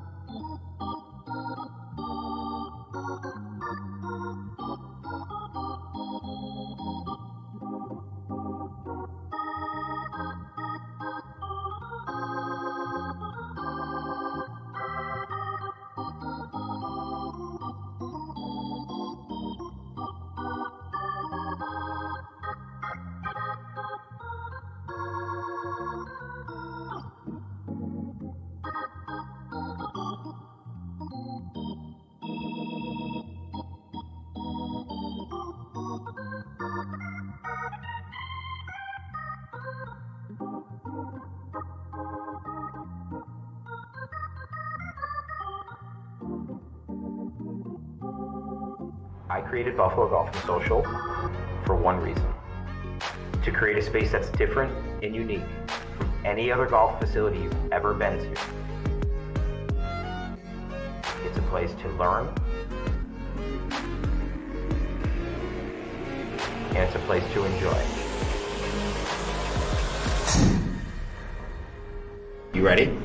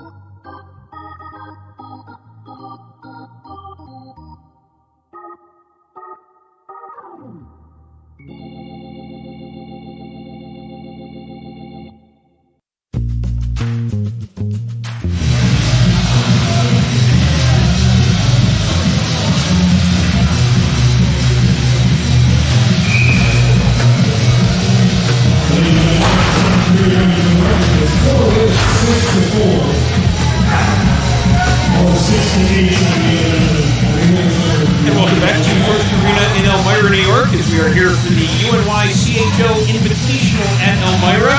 It is day one of the showcase event here from First Arena, and boy, do we have a heck of a game here on Ring 2. It is Binghamton and Ramapo, a rematch of last year's national semifinal game. Binghamton won that one in overtime. They have a 6-4 lead here after 2 periods of play, and it's been a wild affair so far. Thanks for joining us for our broadcast here at the Nickel City Hockey Network. I'm Aaron Elford alongside Sean McHugh. And Sean, this one should be a great third period. Absolutely, no reason to think it won't be. We have two teams that have brought the speed and the pace right now in the goal scoring. Third period, especially when we're calling Binghamton games, always have a little bit of a flair for the dramatic. 15 seconds into period number 3. Thank you so much for joining our coverage tonight. And our coverage of the UNYCHL on the Nickel City Hockey Network is presented by Buffalo Golf and Social, Western New York's leading indoor golf facility. Ramapo into the offensive zone, trying to repeat what they did in periods 1 and 2, where they scored the first couple of goals in both of those periods. Now it looks like they're going to get the advantage of a power play as the big defenseman Sebastian Henderson took his man down there in the corner. Getting the extra skater out now, there are the Ramapo Roadrunners. Shot comes in from the point. That was blocked, but the man coming in off the bench gets the rebound, fires that shot in from the point. That was Maurer letting that wrist shot go. Ludgood makes the save, hangs on for a whistle. And this is going to be a 4-on-3 opportunity on the power play because it came as we were playing 4-on-4 from the coincidental penalties in period number 2. So a lot of room for this talented Ramapo offense to get out there and establish some offensive zone time, see if they're passing a little bit quicker in the offensive zone, see if they can get those Binghamton defenders moving around.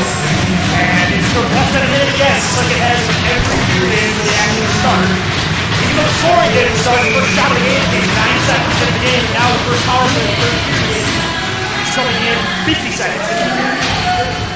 Face-off is won by Binghamton. They get the immediate clear off of that draw. And Ramapo back to start their breakout. Very, very light pressure here from Binghamton as Dada carries it out across his own blue line. Turns pass and then allows Binghamton another opportunity to clear that one, hitting just the top of the glass there in front of the sorter's box. Ramapo having to counter and bring it up to the near side. So avoiding that hit there was Kimball. He doesn't have a stick, and that's why he's not a very good passing option there in the corner. Eventually he picks up that stick, now has control of it along the half wall. There's a laboring Bearcat right here. That's a key.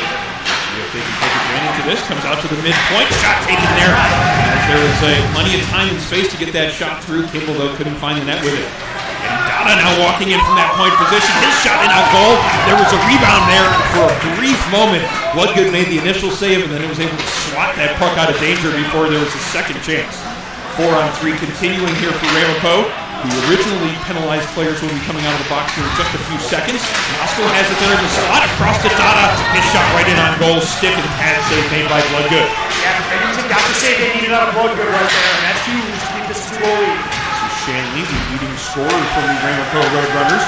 Back to the point to Moscow. Shanley now here in the near corner. Handled that pass, had maybe a little bit too much on it. Did find the possession of it there again. Almost had a nice little setup there down low to the Roadrunners. Maintain possession, give Binghamton a chance to get the clear. Now they have just 27 seconds left to kill on this penalty. Great job right here to start by Binghamton protecting that lead. They were going down early and on the power play, there's a penalty.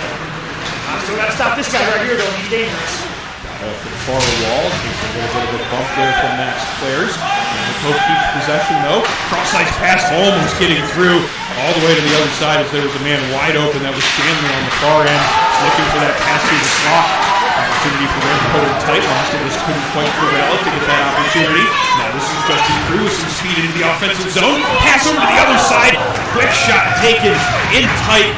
Nicely set up play there in the quick back and forth passing in that 2-on-1. And it kind of was the dangerous Justin Franks. This time, great save by McGarry to keep this 1-2 ball game. Yeah, but again, Franks has had chance after chance. No surprise there. The big forward doing his thing right here. But again, right there by Binghamton, they're going to get 2-on-2 into the scoring opportunity. And again, great save there by McGarry. Goes to control the draw. Make sure it stays down low in the zone. A little bit of foot race for the puck here against the near wall. Todorovic battling against two different Ramapo players. Runners go clear the zone, get it up to the near wall. The pass here was in control of it. Sent right back into the offensive zone by the Binghamton Bearcats. Replay pressure on the Ramapo defender in the far corner. Loose puck, but the Ramapo defender eventually tracks it down and settles it up to move it up boards. And is going to have to do some work to get it up that far side. Eventually they get it up ice this time. In this case it was Cohen making sure it got through the neutral zone. But again, it's Binghamton with possession. Now looking to start back up ice, and they've got plenty of room in the neutral zone to do so. Hit the defenseman here as nice pass in front of Ryan trying to set up that play on the rush. Had a man in front of the net in the mid slot, just couldn't quite get it past the defenseman's stick. Henry given a lane to walk in there and let that shot go. Alex Cohen went to one knee to block it. Appears to be in a little bit of pain as he goes back to the bench. Sometimes the edge forward is going to have to get out there and play some defense immediately in the offensive zone. This is players. He would pass in the slot as he actually had his defensive partner O'Brien jumping into the play as well. The puck is carried out in front of the net. Sutter gets knocked down right in front of the Ramapo goaltender. Coming out to Shanley on the far side.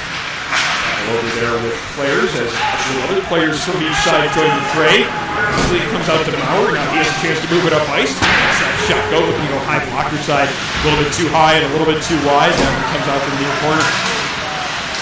They really some back pressure to create a turnover. It was changed in tight, but no shot actually being taken through there. Binghamton gets it up ice quickly. And two players falling down in that play. As it was Colin, the Binghamton forward, as well as the Ramapo defender. Be interested to see which call is made here on this play. As both players are kind of going toward the penalty box.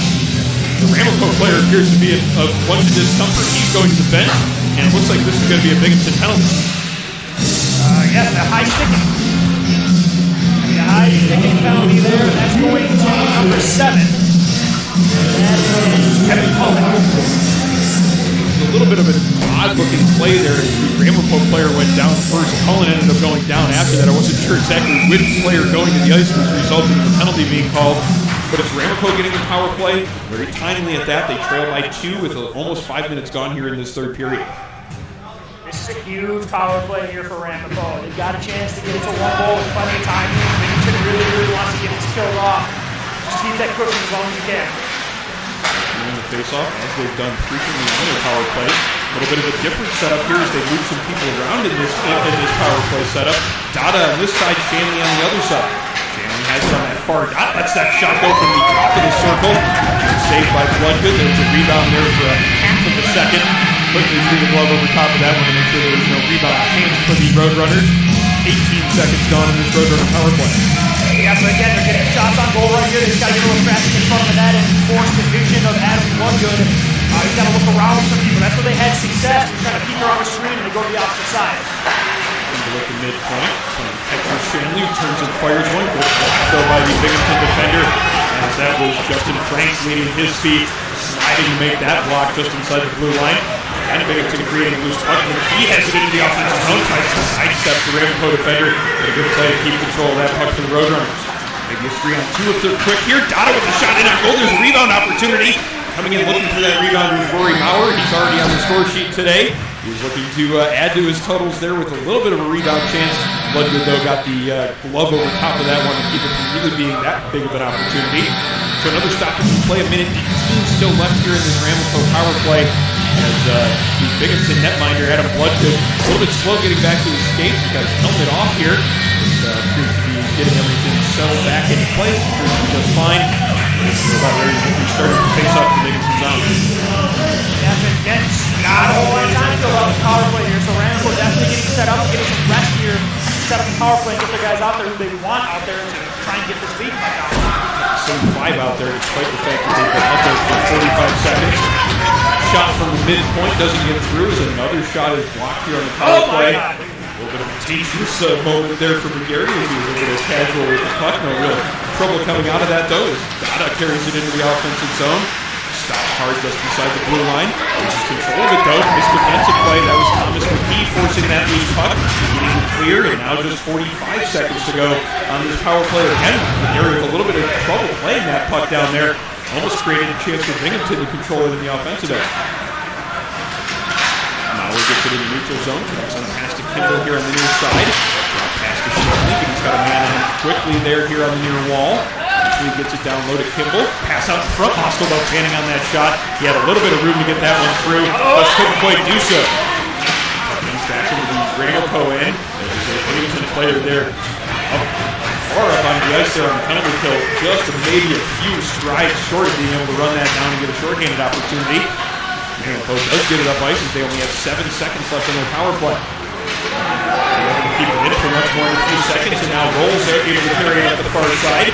Penalty to Binghamton expires as they get the chance right in front of the net. Unable to get that one past the netminder though. Shorthanded opportunity, and now it's going to be a chance for Kwiatkowski at the far end as the two teams trade chances. It was Simak on the one side, Kwiatkowski on the far end, and now here comes Usinski as both teams are going back and forth here in this one. I'm here for this. Usinski and Simak get it out of that corner, comes out in front of the net. Almost a second chance for Simak as it came right back to him. Ramapo defender clearing it out of danger though, sending it the length of the ice. This one's going to go for icing. 36 now remaining in a 6-4 hockey game. This was a lot of goals scored in the middle of the contest from about the 10-minute mark of the first period all the way through the second period. I'm not quite sure what's going on here in the third yet. We don't have a goal yet. No, it's weird. This is the longest gone here to scoring, so I don't know what to do with myself right now. I don't know if it's going to become a defensive struggle or do that. Going back and forth here. There's another chance in tight there. Usinski looking for his third of the game. Holy just an armor defense. Gary making another save there as he angles that one off to the corner. Binghamton keeps it in. McGarry this time angles that one up and out of play. Says, if my defenders are going to get this one out, I'm going to make sure it gets out of my own. get some fresh bodies out there as we have 12:21 to go here in the third period. Binghamton now trying to exert a little bit of control here on this game, Sean. The more that they can play in the offensive zone, the easier it becomes to protect that 2-goal lead. Well, not to put it out there, but it's going to be really fun if it happens, so I'm doing it. But Binghamton knows as well as any team how insignificant a 2-goal lead can be. So last time we saw that was true 3 times. So Binghamton's not going to stop. They're going to try to play the entire period and decide to do it as they can. Keep it in that moment, though, but it comes out to a Binghamton player in the neutral zone. This is Max Clay carrying it up the far wall.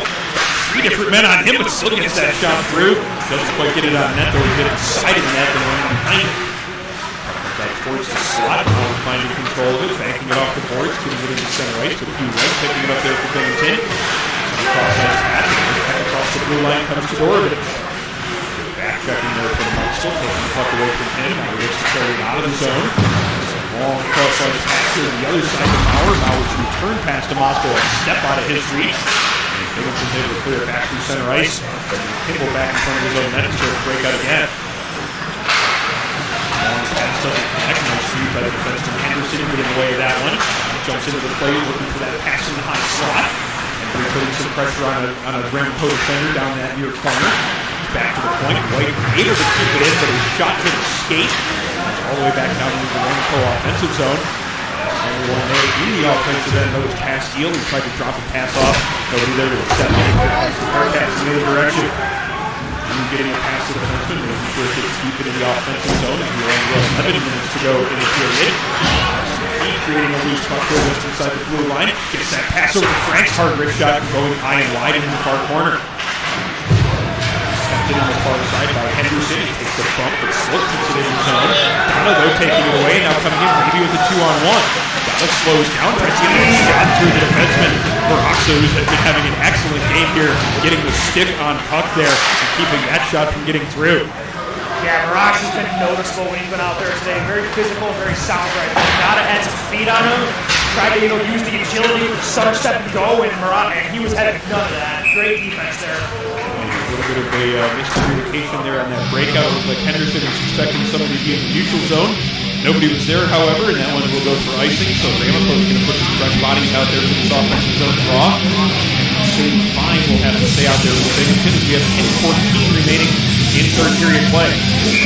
Yeah, it's starting to get the crunch time right here for Ramapo. And like I said, they like to score in bunches, but they really get to work on getting one of those because the job is not just to keep this thing tied. Want to get the win here because what happens after regulation is a discussion that maybe we don't want to have right now. Looks like we're going to have a discussion going on there between the linemen and the 2 centers. Eventually he gets them into position, drops the puck, and we get a quick shot just barely missing the net, and letting that one go off the draw. Puck is floating into the neutral zone, could be an opportunity for Justin Drew. Great. Getting on the one defender there, as that was Kuratalo getting away, throwing his shoulder into him, making sure that rush-up ice didn't really materialize. Back into the Binghamton end as Camille O'Brien starting to back up the breakout with backhand pass, but it's intercepted right out in front quickly. Shanley fires it into the top corner. There's the 1 goal. They're back within 1. It's 6-5 Binghamton as Ramapo taking advantage of a quickly developing play. Pass comes out in front of the net, and Shanley makes no mistake getting his second of the game. Yeah, one guy you cannot leave in front of the net with this Ramapo Roadrunner team is number 9, Shanley. And right there, a little jumping puck. Bit of a forecheck there behind Ramapo, and the puck jumps out in front to Shanley, and he absolutely just turns and one-tees it on the bar. And Ramapo, they get it back. So buckle up here in the second half of this third period. We're in for a ride, I think. We knew there would be more goals in this third, and the 10-minute lull that we had to start this period wouldn't last. And it immediately almost. I feel like the next 9:47 has an awful lot to be offered here in this game. We could see another 3 or 4 more goals in this game. Does somebody get to 10? We've got the 10 in total. No, I'm thinking. I don't think it's out of the question. I really don't. That's not a diss on these goaltenders. It's bouncing in the net. Across the blue line here as O'Brien unable to keep it in. Up ice now, here come the Ramapo Roadrunners. Almost a good chance to settle that one down in the slot. Binghamton defender getting a stick in the way there, making sure that opportunity didn't come together. players trying to create an opportunity for himself. Makes a move to get around Ramapo defenders. Can't maintain control. That's a hold. Yeah, they got it. They got it. Oh, it's the official that's over here to our right that I was unable to see. I was looking for the one official who did not have his hand up in the air, but that looked like it was a pretty classic holding call as he laid the arm across the chest of the other player. Like I said, I'm not a ref. I'm not here to make calls, but like that was, he grabbed him at the blue line and took him in almost at the red line. So that is a very, very big mistake there by Binghamton. You did exactly what you couldn't do right here. Ramapo scores in succession. They just scored. You have opened the door wide open. Light coming from that Ramapo bench. A bunch of players up on their skates, slapping the sticks on the board. Back up goaltender leaning over, smacking your hand against the door. Got a power play opportunity here. It's a one-goal game with a little bit more than 9 minutes to go. Let's see what they can do with this man advantage. And Dada on the far side, they get their power play set up in place. Kimball playing catch with it to the midpoint where Kimball's looking for a lane. To Dada, he's also looking for that lane to set up for him, but he can't quite find it as he continues to feed it back to Kimball. And Dada steps in and lets that shot go. Got a lot on it. Unable to hit the net with that shot, though. Battle for a loose puck here against the near wall. Moscow coming out of the pile with it. Across to Dada. Now feeding it back to Kimball. They're looking for a pass to the rear side. Eventually slides it along with Shanley. He went down low, but the pass is in the skates and the goal. An opportunity for Binghamton to clear, but they can't get it past the near wall. 12 to go in power play. Shot comes in from Kimball. Nice screen in front of the net. Moscow just clearing out of the way to get that shot. It's Lynn to get through, but a big save made by Bloodgood with the blocker arm on that one. Big save right there by Malo. So as he's going down, he got the puck back to his point man before it could be picked up by the Binghamton defender. Kimball playing catch with it again. Now looking for the cross-ice pass from Dada. He's going to get it across to Shanley, but they keep control of it here with 45 seconds to go on the power play. Shanley against the near wall, looking for that lane. Shot in on hold. Glove save made by Bloodgood. Rebound comes right out in front. Pass is made, and it's Bauer setting up his man Moscow in front of the net. It's a 6-6 hockey game. We thought this one would have a little bit of extra life and a little bit of extra spice to it in the third period, Sean. We have been disappointed. Another tie game here as another 2-goal lead has disappeared. Yes, it sure has. And again, Ramapo not quite in the quick succession they had it in. But again, still less than 3 minutes away. And Ramapo again, down 2, gets it tied. And we have 7:48 left in this third period. Oh, man. I mean, this is everything you could have wanted in a rematch. That was just, what a great game the first game was at CHF. This is a different kind of game, but equally as entertaining. It's a 6-6 game. The scoreboard's a little bit confused because on the one side the number is actually inverted for some reason. It was 4, it was funny. It was, yeah, because it said 4H on it. Now it says it's 9-6, but it's 6-6. That's nice. Maybe a little bit of quirkiness here with the scoreboard that needs to be sorted through, but if you catch a view of the scoreboard on the side to the left of our broadcast position, a little bit something wrong with it there, and that 9 should be a 6. So it's a little bit confusing right now. Hopefully they can get that sorted out. We know what everybody's thinking right now. The score is 6-6. Yeah. So after my long, drawn-out discussion about what the clock says, now we got to face off the neutral zone right now. Yes. Binghamton zone as they look to get control of it here against the near boards.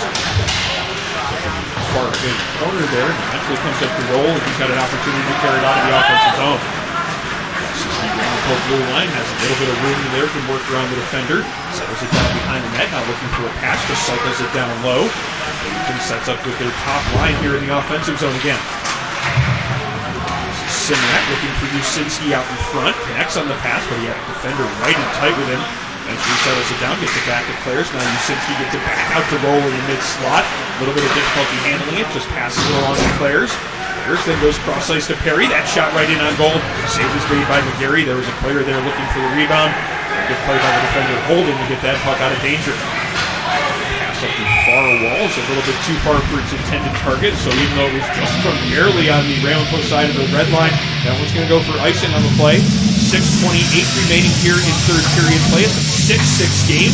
Had been a crazy game right from the start of this one. It looked like it was going to be Binghamton seizing control of this game in the early part of the first period. They had a lot of chances in the first 9 minutes, but it was Ramapo getting the first goal and then getting another one right after that. Binghamton has piled up the goals since then. They got the next 3 to take a 3-2 lead. Ramapo came back. Binghamton came back. Now we have a 6-6 game with a little bit more than 6 minutes to go. This has been everything we expected it to be in a rematch contest, and the last 6 minutes and change really setting up to be a lot of fun. Yeah, this is the back of the game there. Hammer the over. We have 12 goals so far, and we might get to 15. I didn't see what the over-under was. Wasn't 12. High up here in the neutral zone, and it's settled down by Henry. Henry moves it up to the inner wall, getting the players, but he will take possession of it. Now Ramapo looking to move back in the opposite direction to the neutral zone.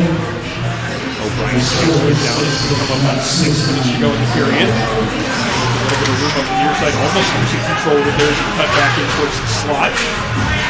Puck is going to be dumped in, but again, this is just from the Binghamton side of the red line. So this one's going to go for icing, and an offensive zone draw coming up for Binghamton, or against Binghamton for Ramapo here, as we are now under 6 minutes to go. Yeah, and if you can hear it, the St. Bonaventure locker room is dropping some beats for us right now after they just came off the ice after defeating Farmingdale. So we're getting a little bit of, we're getting some DJ music right here. It's at the end too. So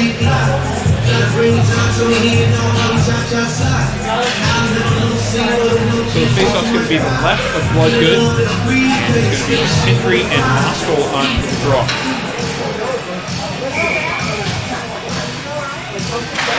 This is going to be an electric 6 minutes. We're keeping it in as it looks like Binghamton is going to carry it out of the zone with speed. A 2-on-1 battle along the near wall. So he comes out with it, back to the point. It's going to be Binghamton getting it up ice. Jackson Dorovich across the blue line, tries to make a move, eventually gets around the defender.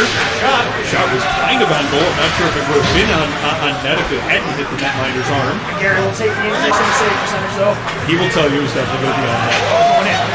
Pin with 2. Getting into the offensive zone. Now battling with the big defenseman Henderson there just inside the blue line. Henderson getting it up ice and finding Todorovich, who now tries to find possession as he battles against Pasquiel.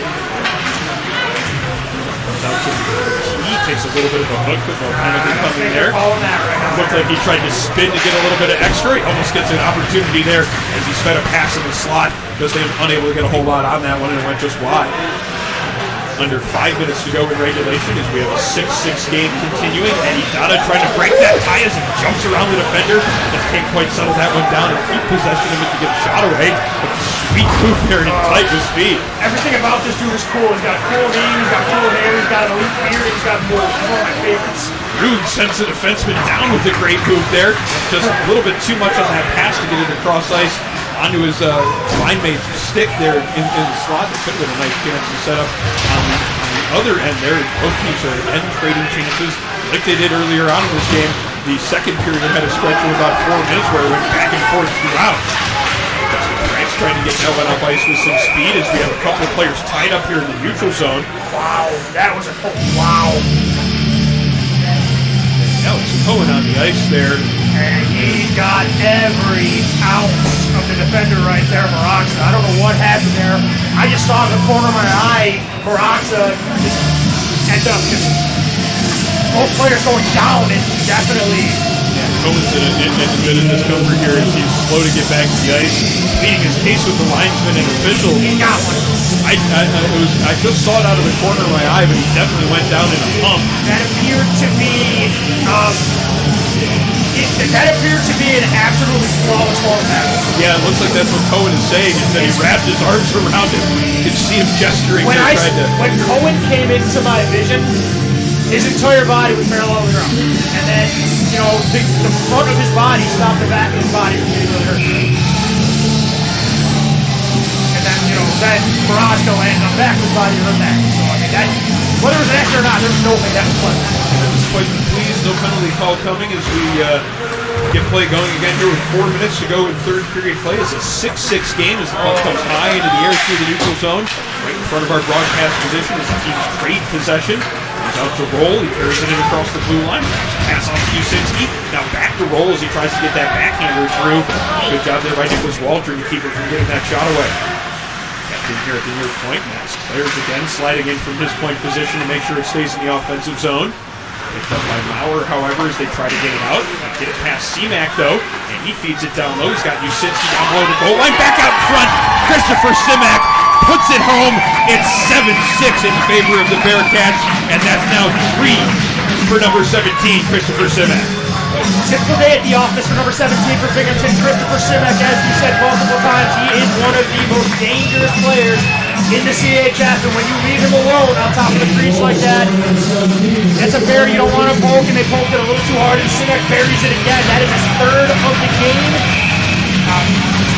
That is his 11th of the season as well. C-Mac continues to just tear as a Binghamton Bearcat, and again, another huge goal for them. And now, does Binghamton hold on to the lead? We'll see. Puck is played with a high stick, so we have play called down here. The faceoff will come up back into Ramapo zone. And really, that seems to be the story of this game, is that top line from Binghamton and the offensive production that they've been able to put up. They've created chances every single time they've been out there, Sean, and they've buried some of those chances as well. That is 3 now for C-Mac. You have 2 for Usinski as well. Could have been a couple more for him. Could have 12 for Justin Franks, too. Goal there right off the draw to Dorovich, letting that one go. I'm not sure McGarry knew where it was because that rebound was sitting in front of him for at least a couple of moments. Eventually, a Ramapo defender clears it to the corner, and now they have to get the puck out of their zone if they're going to tie this one up. It's a 7-6 game in favor of Binghamton. Shot comes in from the right point as Max Clares got that wrist shot through, just missing the net wide. Binghamton, though, keeping it moving here in the offensive zone.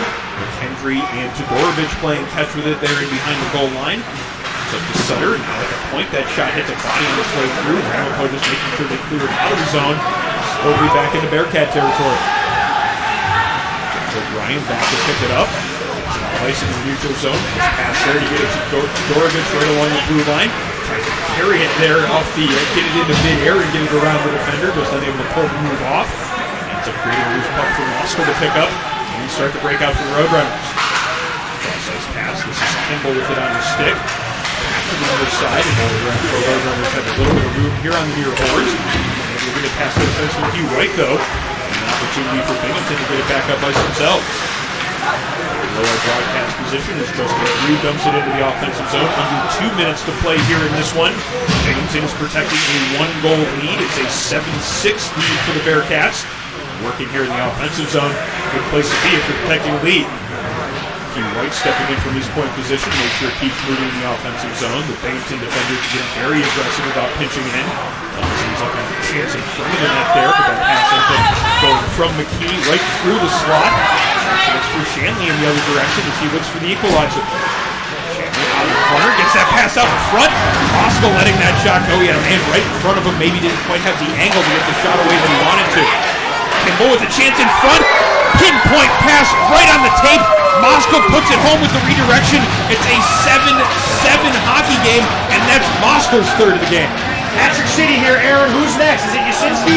Is it going to be Shanley? Who knows? We are tied again and again. Binghamton not able to hold multiple leads late. And we've still got 77 seconds left in regulation, so it's going to be a sprint to the finish line, Aaron. This one just continues to get more and more wild. Just when you think that, I've thought multiple times in this game that Binghamton was going to seize control and pull away. It looked like they were about to there after getting the go-ahead goal. But again, short order right afterwards, Ramapo gets the equalizer, and now Binghamton looking to give the answer immediately themselves. Backhand shot from Usinski, almost put through the 5-hole, as that was an opportunity for C-Mac's 4th of the game. Just squirted through the netminder's pads and out the other side, wide of the net. That's the line you got to ride here for Binghamton. Wouldn't be surprised to see an awful lot of them. They've already hit the scoreboard multiple times here in this one. Now they have a 3-on-2 setting up. C-Mac into the offensive zone, makes a move to get free. Cross-ice pass right on the tape. Usinski just can't put it home, and he slaps his stick against the boards in frustration. Eddie Dada back in the other direction. 45 seconds now remaining in regulation. Tries to jam one through on the near side. Bloodgood making the save, keeping it from getting past that near post. 7-7 is our score as we have 45 seconds remaining in regulation. This one is certainly every bit of the spectators' money's worth in this one. Now we have a timeout being called here by the Ramapo Roadrunners. They want to make sure that their top players are out there for this next shift. Last 45 seconds of regulation. Can't wait to see what the last 45 seconds has to offer us, as this game has been a wild affair right from the very beginning, and it continues to produce drama throughout. We're nowhere near the end of the season. 45 seconds. Both teams can get at least one in that amount of time. Maybe multiple. This is, man, we were not close to being over in 2 minutes. I don't think we're much closer to being over in 45 seconds, Aaron. This is everything you or I or anybody who, came out to Elmira to check the showcase out. What a start. We had a good one over on the other ring as well. So, 4 great teams to kick this showcase off. And whoever came to check out some of this incredible hockey, they're not about to leave disappointed. And we have 2 more days of this after. We have another game after that. There's 2 more games here to go on tonight here from First Arena in Elmira as part of the Invitational at Elmira. And then Saturday and Sunday games as well. This one is certainly delivered. We have a 7-7 hockey game, 45 seconds remaining in regulation. And our coverage of the UNYCHL Invitational at Elmira is presented by Buffalo Golf and Social, Buffalo's best destination for year-round practice and instruction. Also, our coverage is sponsored locally by the Elmira Tea and Coffee House. Here we go now with 45 seconds remaining. Binghamton winning the defensive zone draw, getting that puck cleared out of their zone. It won't get there. It's not moving fast enough to be icing. Binghamton, though, putting some pressure on here in the offensive zone. All 3 of their forwards there putting some their pressure on the defenders. Comes back to the point, kept in by O'Brien. 27 seconds now remaining, and it seems like we're going to get a penalty called here, Sean. Oh my goodness, what a time to do that. Looks like it's going to be a tripping call For a dive against Ramapo as the player got taken down in the near corner. That's how you get unfortunately. Keep doing that. Well, Ramapo doesn't agree with the call. They've clearly made that their case on that regard. That's a tough call with 25 seconds left in regulation. Kuratalo taking the penalty there. A 2-minute minor for tripping with 25 seconds remaining in regulation. They wanted it there. Ramapo getting clear. Their opportunity to get it into the offensive zone. Players dumps it in. Pressure being put on here on the near wall. Comes back to Simak. 10 seconds remaining in the period as Simak walks the blue line. Simak and Claire's change positions. Cross-ice pass. Claire's lets that shot go. Save made by the netminder McGarry. Probably going wide, however, as the battle for a loose puck will end regulation here in the near corner. And at the end of regulation, we have more hockey coming up here, Sean. It's a 7-7 game, and we're heading to overtime. And what more could you want? Overtime. 3-on-3, open ice for both of these teams. Aaron, are we going to do the Melrose? Are we going to predict the winner here? It certainly is an option available to us. Do you have any players in mind? I'm going with, I'm going with the theme of the hat trick today for Binghamton. I'm going to go with Yasinski. And for Ramapo, I am going to go with Shannon. And then the dirty ones, no, I changed my Binghamton pick. Okay. I changed my Binghamton pick. I am going to actually go with number 13, Justin Franks, because he has been snake bit all game. And I stick to where I was going with Ramapo. No, I'm going to go with Donna. I'm bad. So how many picks did you make there, Sean? 4. Okay. I did not put about a mention from that the third time. Probably going to get it right. You made enough picks, and you kept me having to make some picks, so that's fine. So here, someone in white or black is going to score the win goal. If the puck bounces in off the official, I'm going home. All right, time for overtime here. 3-on-3, 5 minutes on the board. Actually, it's going to be a 4-on-3 to start things off with because Binghamton does have that power play carrying over from that late 25 seconds to go in the period penalty. That's going to be a discussion. Yeah, if it ends up producing anything, a minute 36 still to go on that power play. So an opportunity for Binghamton to end it here with the man advantage. Ramapo's putting the guys out there. They don't care. Yeah, certainly an opportunity for both sides. I wouldn't hold back if I was on the side that was trying to get the goal from the short-handed side of things. So absolutely not. I'm sending everybody out there 4-on-3, 5-on-3. I don't care. What's that mean to do rag that one? All right, so we are now underway, even though the clock has yet to start here. Finally, the clock gets going as Binghamton carries the puck out of their zone. This is Simak with it, in over the blue line, stops just inside the Ramapo zone. Getting things set up now. Simak walks it in. It's a pass across to Claire's. Claire's looking for a lane. Gives it back to Simak to trade possession as Claire's shot comes in. Hits a stick, goes up and out of play. Minute 15 now remaining in the Kuratala penalty. As now we have a conversation between the Ramapo bench and one of the officials, as apparently the Ramapo bench has gotten under the skin of this referee here, as there was quite the conversation, an animated conversation going between the bench and the officials. Like they're trying to make sure they get the time right up on the clock, because it was a little bit slow to get started at the beginning of the overtime period. So just trying to make sure they get it all sorted out. The referee was aware of it. He knew what was going on. It's not his fault there. What's he going to do? Push a button? Yeah, just wanted to make sure that the Ramapo bench realized that he knew what was going on. He was going to go get it fixed. So a minute 5 remaining on the power play. Puck is dropped as Simak carries it back to the point. It's to Usinski. Usinski looking for a lane. Player slides to try to block it. Gets back to his skates as Mauer's sliding block attempt is enough to keep Usinski from letting that shot go. Usinski along the goal line now. Looks the referee, switches positions now with Simak. Says pass to Claire's, now back across to Simak. Fakes the pass and looks off at Usinski, fires the shot himself. McGarry making the save. Play continues here, 7-7 tie in overtime, 40 seconds still remaining on that power play for Binghamton. Oh, Simak wanted the one-timer. If that's in his wheelhouse and he connects on that, we might be talking about game over right now, but he didn't catch it. And then McGarry makes a great save. Puck out of the net on the most dangerous Binghamton Bearcat. Still a 4-on-3 for another 35 seconds, and Binghamton has possession here on the near side. This is Usinski walking it out towards the point. Generating some speed, gets that pass across to Simak. Ooh, almost a nice look there on the far side as Claire's was trying to sneak in from his point position. Shot in on goal, 2 opportunities there in tight. Claire's with the first shot, then Roll with the second opportunity. 14 seconds now remaining in the power play. Simak's shot hits a body, it looked like it hit a leg and then went wide. 3:33 remaining here in the overtime period as the power play continues for Binghamton. Claire's trying to end it there with that high wrist shot, kind of around the head and neck area of McGarry, but still makes a glove save, shaking off the effects of that shot. And just 2 seconds now remaining on the Binghamton power play as overtime continues from what has been an incredibly entertaining game. 100%, and then we want to get the 3-on-3 as quick as we can, because I really want to see that if we can get it. All right, Ramapo wins the faceoff. They get the clear. Now we're back to 4-on-4 hockey until we can get another whistle here before we can get back to the 3-on-3 of overtime. And Mauer, which is already a powerful lineup out here for Ramapo. Justin Franks generating speed in the neutral zone, carrying it into the offensive zone, just barely missing the net with that backhand wrist shot. Now that gives Moskal an opportunity to get it up ice. To Mauer. Mauer chips it into the offensive zone, goes for a change. Justin Brew picking it up there for the Bearcats. Connects on a pass, and now Franks again with an opportunity to get that head of steam going through the neutral zone. Cut in towards the slot. Good defensive play by Kuratala to create a loose puck. Picked up by Moskal behind the net with 2:45 remaining in overtime.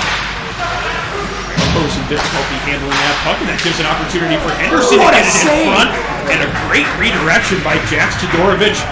Only thing better than the redirection there was the tracking of that shot by that minor McGarry. What a save he made, as you said, Sean, there.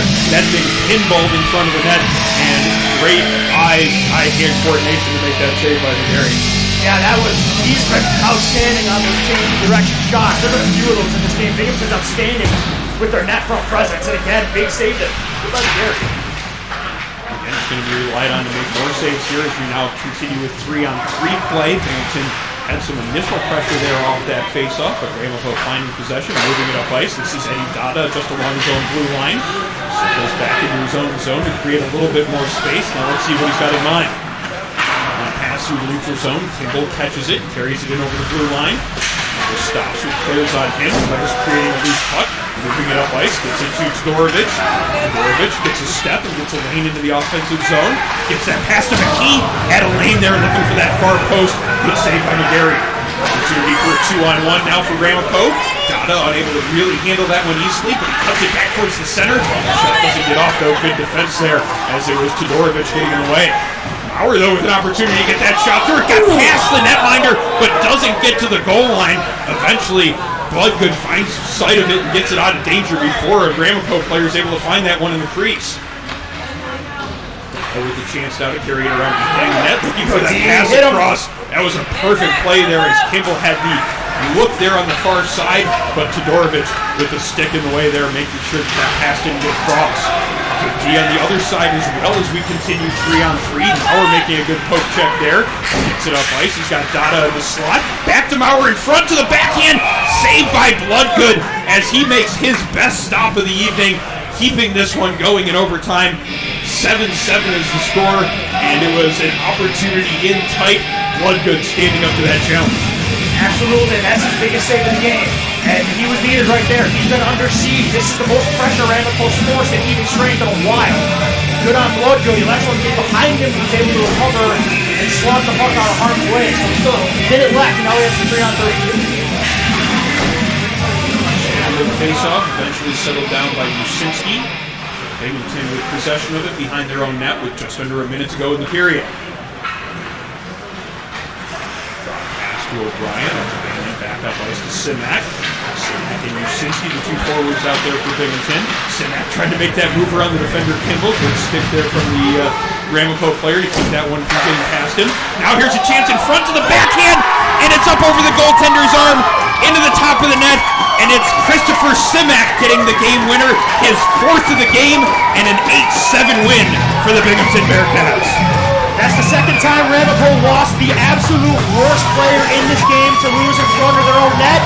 When you do that in overtime, you lose the game. It's a tough way to lose for Ramapo. They played a very strong game, but at the end of the day, the team with the firepower got it done today. They got all they could handle from Ramapo, but it's the Binghamton Bearcats that take them down again, and Binghamton takes another one from Ramapo, led by Christopher Simak. 4 goals, nothing new from him. What a game we were treated to start this showcase there. And Sean, another game between these two teams that goes to overtime, and it's a dramatic goal from the top line from the Binghamton Bearcats sets the game winner. In this case, Christopher Simak getting his 4th of the game, ending what has been a wild affair here from the First Arena in Elmira, New York. Our first game here of the showcase here between the Empire Conference and the UNYCHL, and this one couldn't have been more entertaining. An 8-7 final is the score, and it is Binghamton winning on the goal in overtime by Christopher Simak. Yep, and again, everybody who came to this game got everything they could have asked for. We crammed into the number 2 rink, still no shortage of fans, no shortage of entertainment. We were treated to an absolute beauty of a game. It's a crying shame that one of these teams had to lose today. Unfortunately, whether you want to call it the last mistake or the last play made, whatever you have to do, Binghamton made one more play than Ramapo was able to, and Binghamton takes the first one in this showcase, and they're going to go in feeling good tomorrow, and Ramapo is going to come in trying to get right. They did a lot of things well. They have to clean up a few things right here. I expect them to come out firing to get even in the showcase. Well, it's a great game for our first one here from First Arena. We've got another one coming up here on Rink 2. That one will be coming up in just a little bit. That will be Cornell against Quinnipiac. Meanwhile, over on the main rink, it is Fairfield and Niagara as the Invitational at Elmira continues. Some great hockey here from the Southern Tier as we bring you this showcase between the Empire Conference and the UNYCHL. And our coverage on the Nickel City Hockey Network is presented by Buffalo Golf and Social, Western New York's leading indoor golf facility. Simulators, lessons, leagues, Buffalo Golf and Social is the area's best destination for year-round practice and instruction. Also a great selection of beer and wine, so it's also the perfect place to sit and watch golf with others who love the game. Locations downtown and in Orchard Park. Book your next event at Buffalo Golf and Social. This broadcast also brought to you by Militello Realty, Western New York's premier commercial real estate broker. To buy, sell, or lease any office, industrial, retail, or investment property, trust the unparalleled knowledge and experience of Militello Realty. 716-856-2872 or militello.com. Supporters also include West Her Auto, the largest automotive dealer in New York State, selling over 50,000 pre-owned and new cars every year to customers in Buffalo, Rochester, and Syracuse. West Her Auto, dedicated to absolute excellence in customer service. Our supporters also include the Battaglia Marciano Agency, an independent agent for auto, homeowners, commercial, and life insurance. The Battaglia Marciano Agency provides peace of mind for Western New Yorkers, and they've been doing it for over 35 years. Get in touch with the Battaglia Marciano Agency, 716-675-5700. Our supporters also include Envious Gameware, designers of custom hockey uniforms, bags, and apparel. You can find their work online, enviousgameware.com. Our supporters also include 412 Communications, the new gold standard in digital media solutions. And our supporters also include the Hampton Inn Ithaca. For your next trip to the Finger Lakes, make the smart choice and book your stay at the Hampton Inn Ithaca. And you can find them by calling them at 607-675-5500. That should just about do it for our broadcast here from Rink 2 of First Arena in Elmira, as we had an insanely entertaining event here, as this game delivered everything we expected it to. Last year, these two teams went into overtime in the national semifinal. They go to overtime again today, and it is an 8-7 win for the Binghamton Bearcats. A wildly entertaining one here, Sean. And if that sets the tone for the rest of the showcase here this weekend, I think we're going to be extremely entertained all the way until Sunday. Absolutely, Aaron. That was just a taste of what's to come this weekend. We still have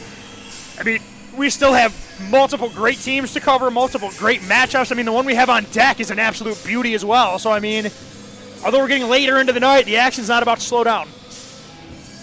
Well, it's going to be a great weekend of hockey here from the First Arena in Elmira. This is certainly an event that we've been looking forward to for quite a while, and so far it has certainly delivered with a lot of entertainment. This hockey game was about as entertaining as we could have expected. Back and forth action, a lot of lead changes, and then we went to overtime with the dramatic conclusion on Christopher Simak's game-winning goal. The UNYCHL Invitational at Elmira is brought to you by the Elmira Tea and Coffee House. Owned and operated by the local nonprofit group Capabilities, which has empowered Southern Tier residents with disabilities to achieve their career and educational goals for over 60 years. Visit the Elmira Tea and Coffee House at 100 West Water Street, just a block from First Arena. Open 6 a.m. to 3 p.m. every day and brewing up hockey-themed specials all weekend long. Be sure to stop in tomorrow before you come to the games at the Elmira Tea and Coffee House to get your morning cup of joe before the 11 o'clock games tomorrow morning. Still have one more game here from Rink 2 at the First Arena in Elmira. Be sure to join us for that one. It's going to be Quinnipiac in Cornell. That game is about 30 minutes away. You've been watching live coverage of the UNYCHL Invitational at Elmira on the Nickel City Hockey Network. For camera operator Jeff Jazarowski, color commentator Sean McHugh, I'm Aaron Alpern. Thank you for joining us tonight, and enjoy the rest of your Friday.